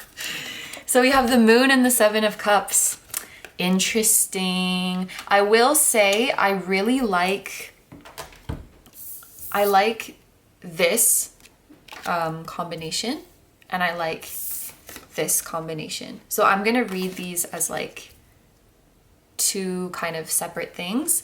And I'll also say that Pisces energy is coming out again. I think we mentioned that, yeah, with the Hanged Man. So Pisces energy is pretty strong, and just like water energy in general. Okay, so where do I begin? Let's start over here. Let's just go from left to right. So the first thing that came to my mind with the Ace of Pentacles is that in the past, or maybe even a little bit now, your counterpart may have used work or material possessions as a way to distract themselves from their feelings and the strong pull of this connection. But what I see from this Ace of Pentacles is that something will be changing in your connection, and I'm gonna say this year, something will be changing in your connection. So if you haven't met this person in the 3D yet, then I do think that you will be meeting them in person soon. Or if you already know this person, they will be giving you some kind of offer soon. And I really want to stress that when I say give you an offer, it's not just like they will text you, they will look at your story. Like, this is something, Pentacles is something tangible. Pentacles is something substantial, something that carries weight, and something that is backed by a promise and a willingness to assume responsibility and make effort. So it's more of a commitment kind of thing, a commitment to be in your life, a commitment to choose you, a commitment to communicate with you, you know, something that you can really count on like that. The whole time your counterpart has been in this cocoon, I think that they have been thinking about this. I think that there's some spirit guide who is like the Emperor, who embodies all of the qualities of the Emperor, who has been helping your counterpart.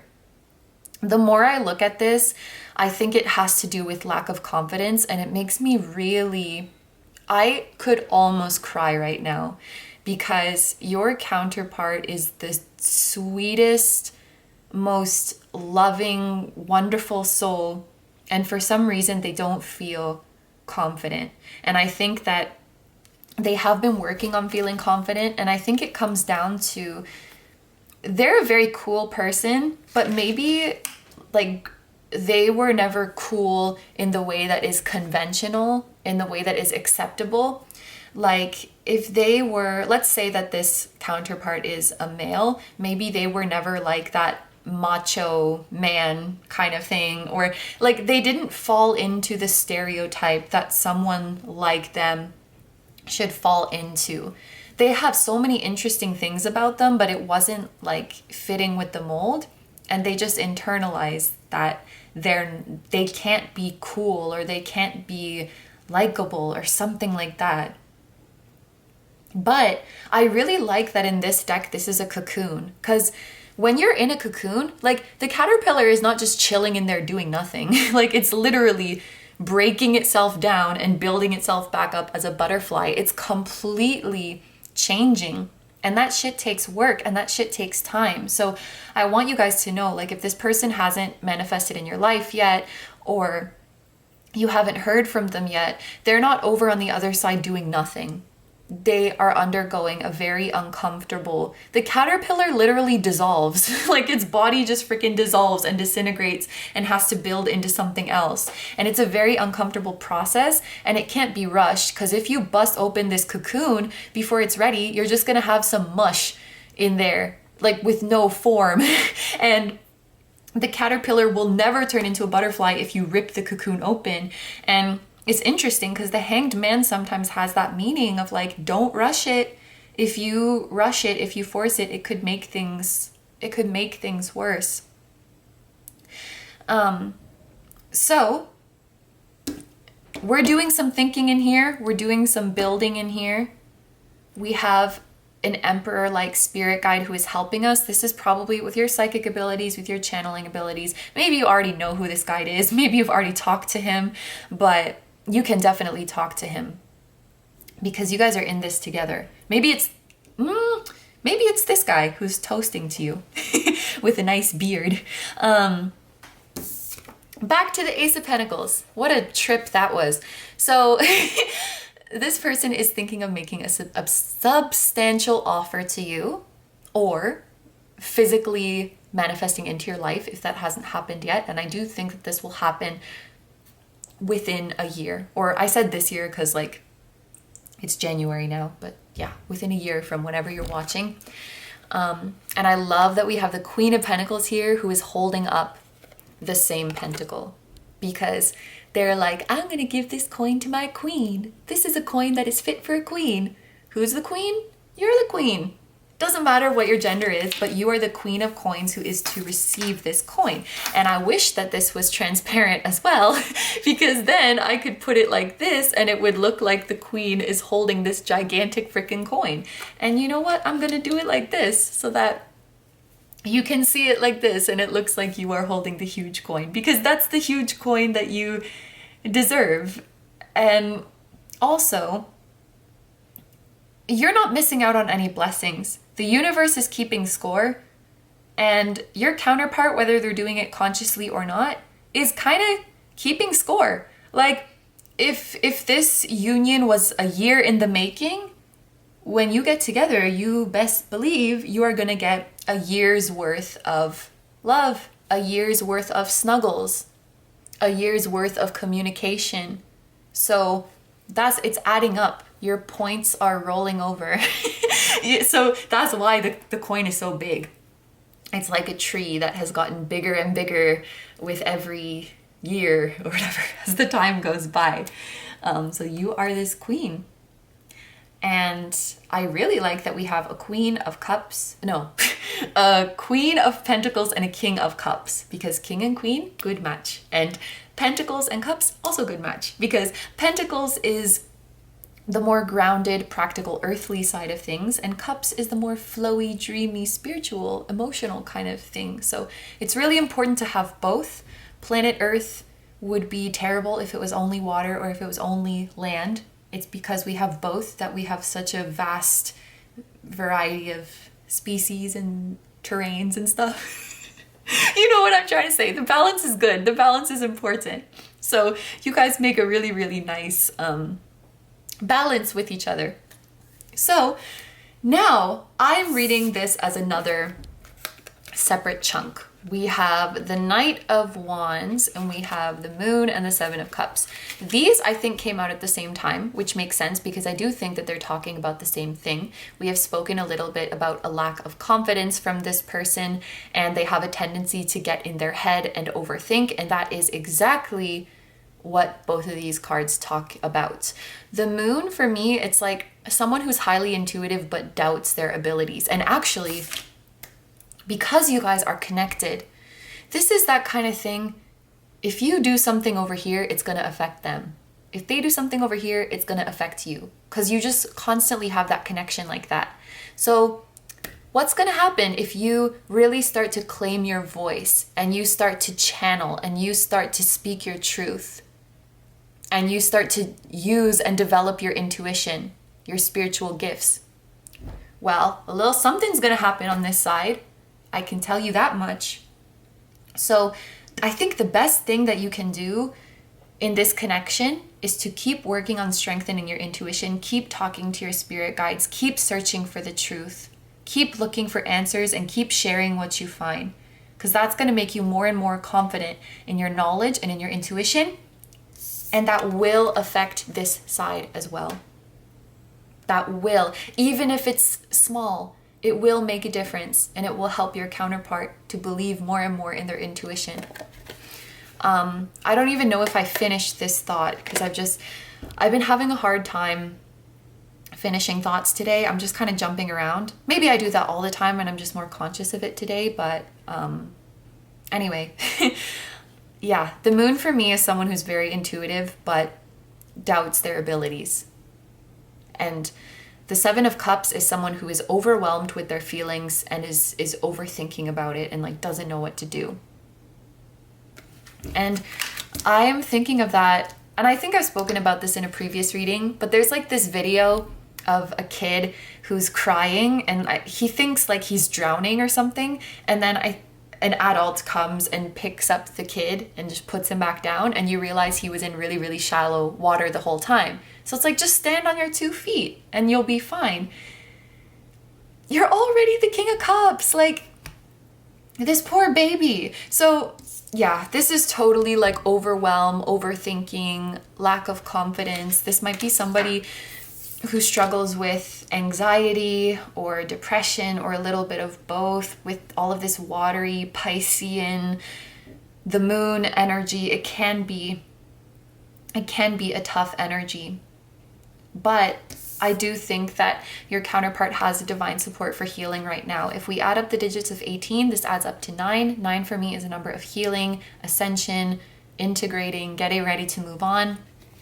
And 7 is very, very spiritual. So it's like spiritual support and blessings coming on your healing journey, if I interpret this numerically. And then we have the Knight of Wands. This is also a really good sign that it's come out this way, because the Knight of Wands is a confident person. So this is the person that your counterpart is in the process of becoming. And the way that they fell out, he's moving on. He's literally walking towards the Queen. Walking towards the Queen. And it's interesting that the Queen has her back turned, because it's like she doesn't see the Knight coming. So when your counterpart comes into your life or comes back into your life, I think you will not see it coming. That's fun. That's a nice surprise. Or what you won't see coming is the sheer magnitude of this coin. Sorry, I almost like banged her on the head with it. So yeah, this Knight is moving away from the moon, moving away from the 7 of Cups. But you can see both the Knight and the horse are still looking back. So it's like, I'm on my horse, I'm suited up, I'm ready to go. I'm just a bit reluctant. You know, there could have been times where this counterpart was like ready to make an entrance and then chickened out. Try to make an entrance again and then chickened out. And that's okay, because it takes us a few times to work up the courage sometimes. And the road to healing and the road to confidence is not a straight line. It goes back and forth and up and down and all over the place. So I think that's totally normal. But they're trying. Remember, the caterpillar is not doing nothing in there. He's doing some crazy shit in there. Some crazy transformation in there. Okay, so let's take a look. I need to drink water. Whew. By group 4, I'm like, my throat is dry. So, okay. Let's take a look at these oracle cards now. These will just be any additional messages. I'm kind of leaving it open. Intuition. Keep developing your intuition. They will keep developing their intuition. And keep trusting your intuition. We sound like broken records. Us readers sound like broken records saying this, but it bears repeating. however many times you need to hear it. We also have Magnificence with Bird of Paradise and Common Mother of Pearl. So with Pearl here, someone born in June might be significant, or the month of June might be significant.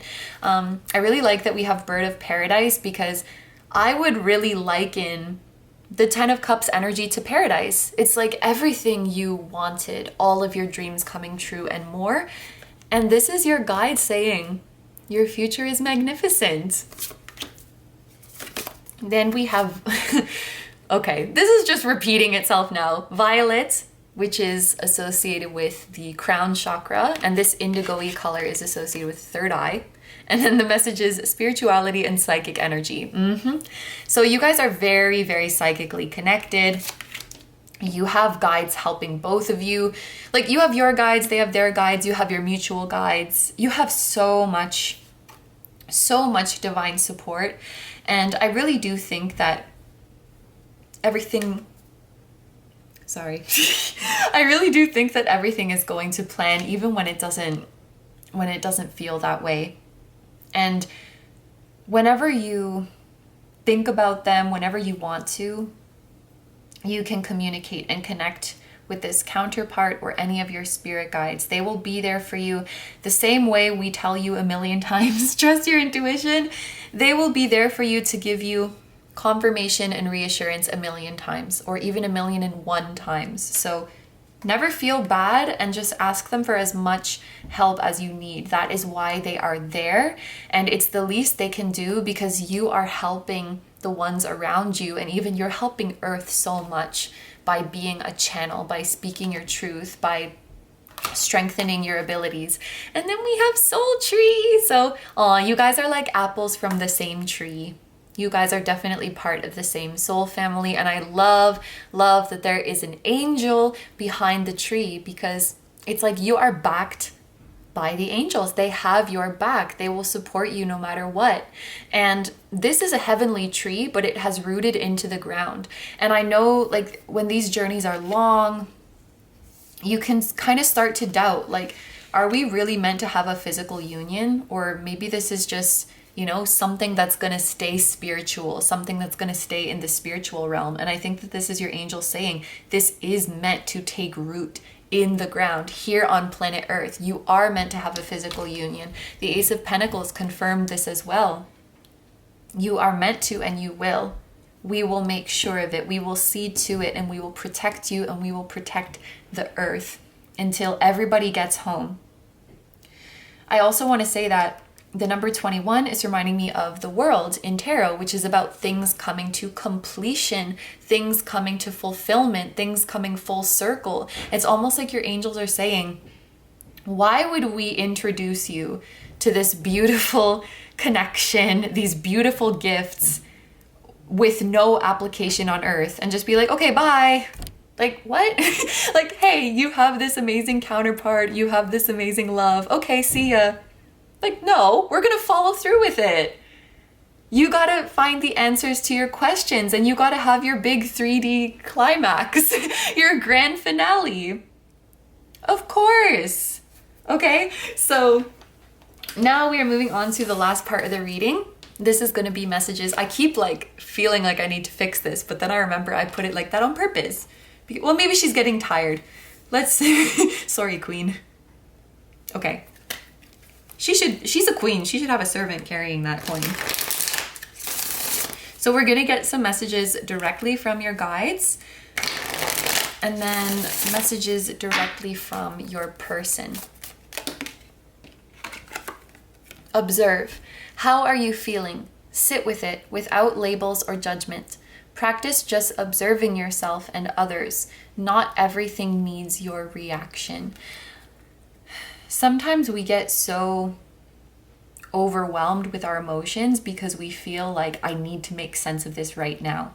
I can see this going on their end, and maybe it's going on your end as well. Like getting information about your connection, and then, you know, you have that chariot energy of like, I want to go, I want to make something of it. And sometimes, for example, let's say you see a sign or synchronicity from your counterpart, And you might get into this like, what does this mean? What do I have to do about this? And your guides are saying, it's okay. Like, it's just your counterpart saying hi. It doesn't require like your urgent action, or like, it's not like a call to you to do something. Just receive the love. Just receive the love. Yeah, but what's going to happen? Why is the sign here? Because your counterpart is here and your counterpart loves you. And when the rest is to be revealed, it will reveal itself to you. But you don't have to stress yourself out trying to, skip to the end of the movie or skip to the last page of the book. Just receive the message with love and gratitude and know that they're here with you, and feel that happiness and warmth in your heart. This is not like a task. This is not a race. We're not asking anything of you. Just receive the love. And then reflect on your strength. We forget how strong we are until we look back at all we've overcome.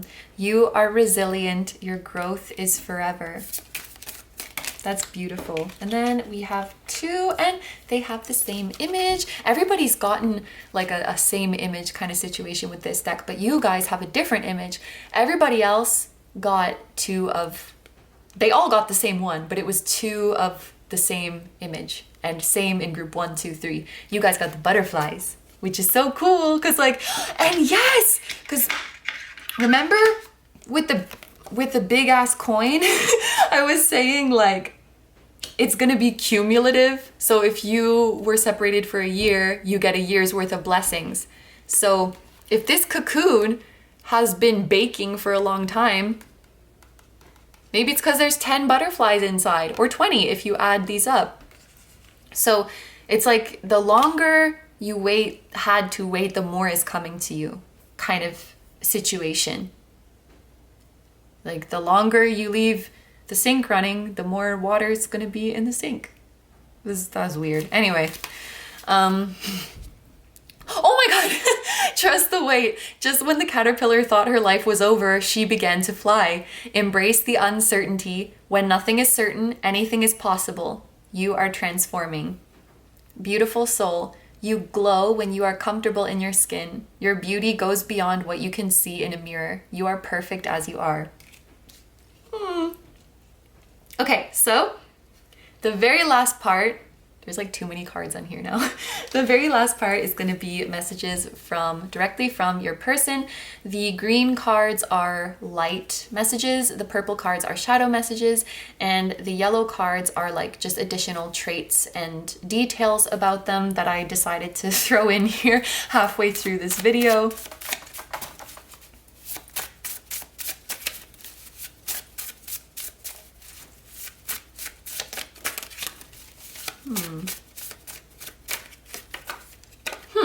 Mid-length hair kind of looks like this person. So mid-length hair is obviously subjective, and also maybe depends on the gender of the person.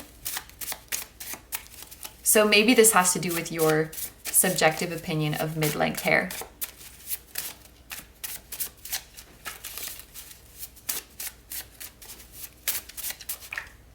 We also have dyed and colorful hair, whether they have this now or maybe they had dyed their hair at some point. A lot of traits are coming out. Interesting. Well, not a lot too, but there's not a lot in this deck, so, it's interesting. Why are you so adorable? And telepathy. Oh, big surprise. We also have You Are My Greatest Blessing.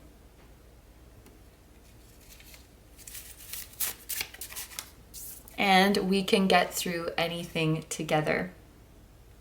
Oh, okay. That's so sweet. So these are all the messages I have for you guys, so I'm going to end the reading here. Thank you very, very much for letting me do this reading for you. I hope you have a wonderful day or night whenever you're watching, and I wish you all the best. Please take good care of yourself, stay healthy. Don't forget to like, comment, and subscribe if you feel like doing that. I also have a Patreon, so if you guys are interested in seeing even more exclusive pick-a cards where you get to choose a topic, that will be linked down below too. I'm sending you lots of love, I'm sending your person lots of love, and I'm sending your guides lots of love, and I will see you in the next one. Bye bye!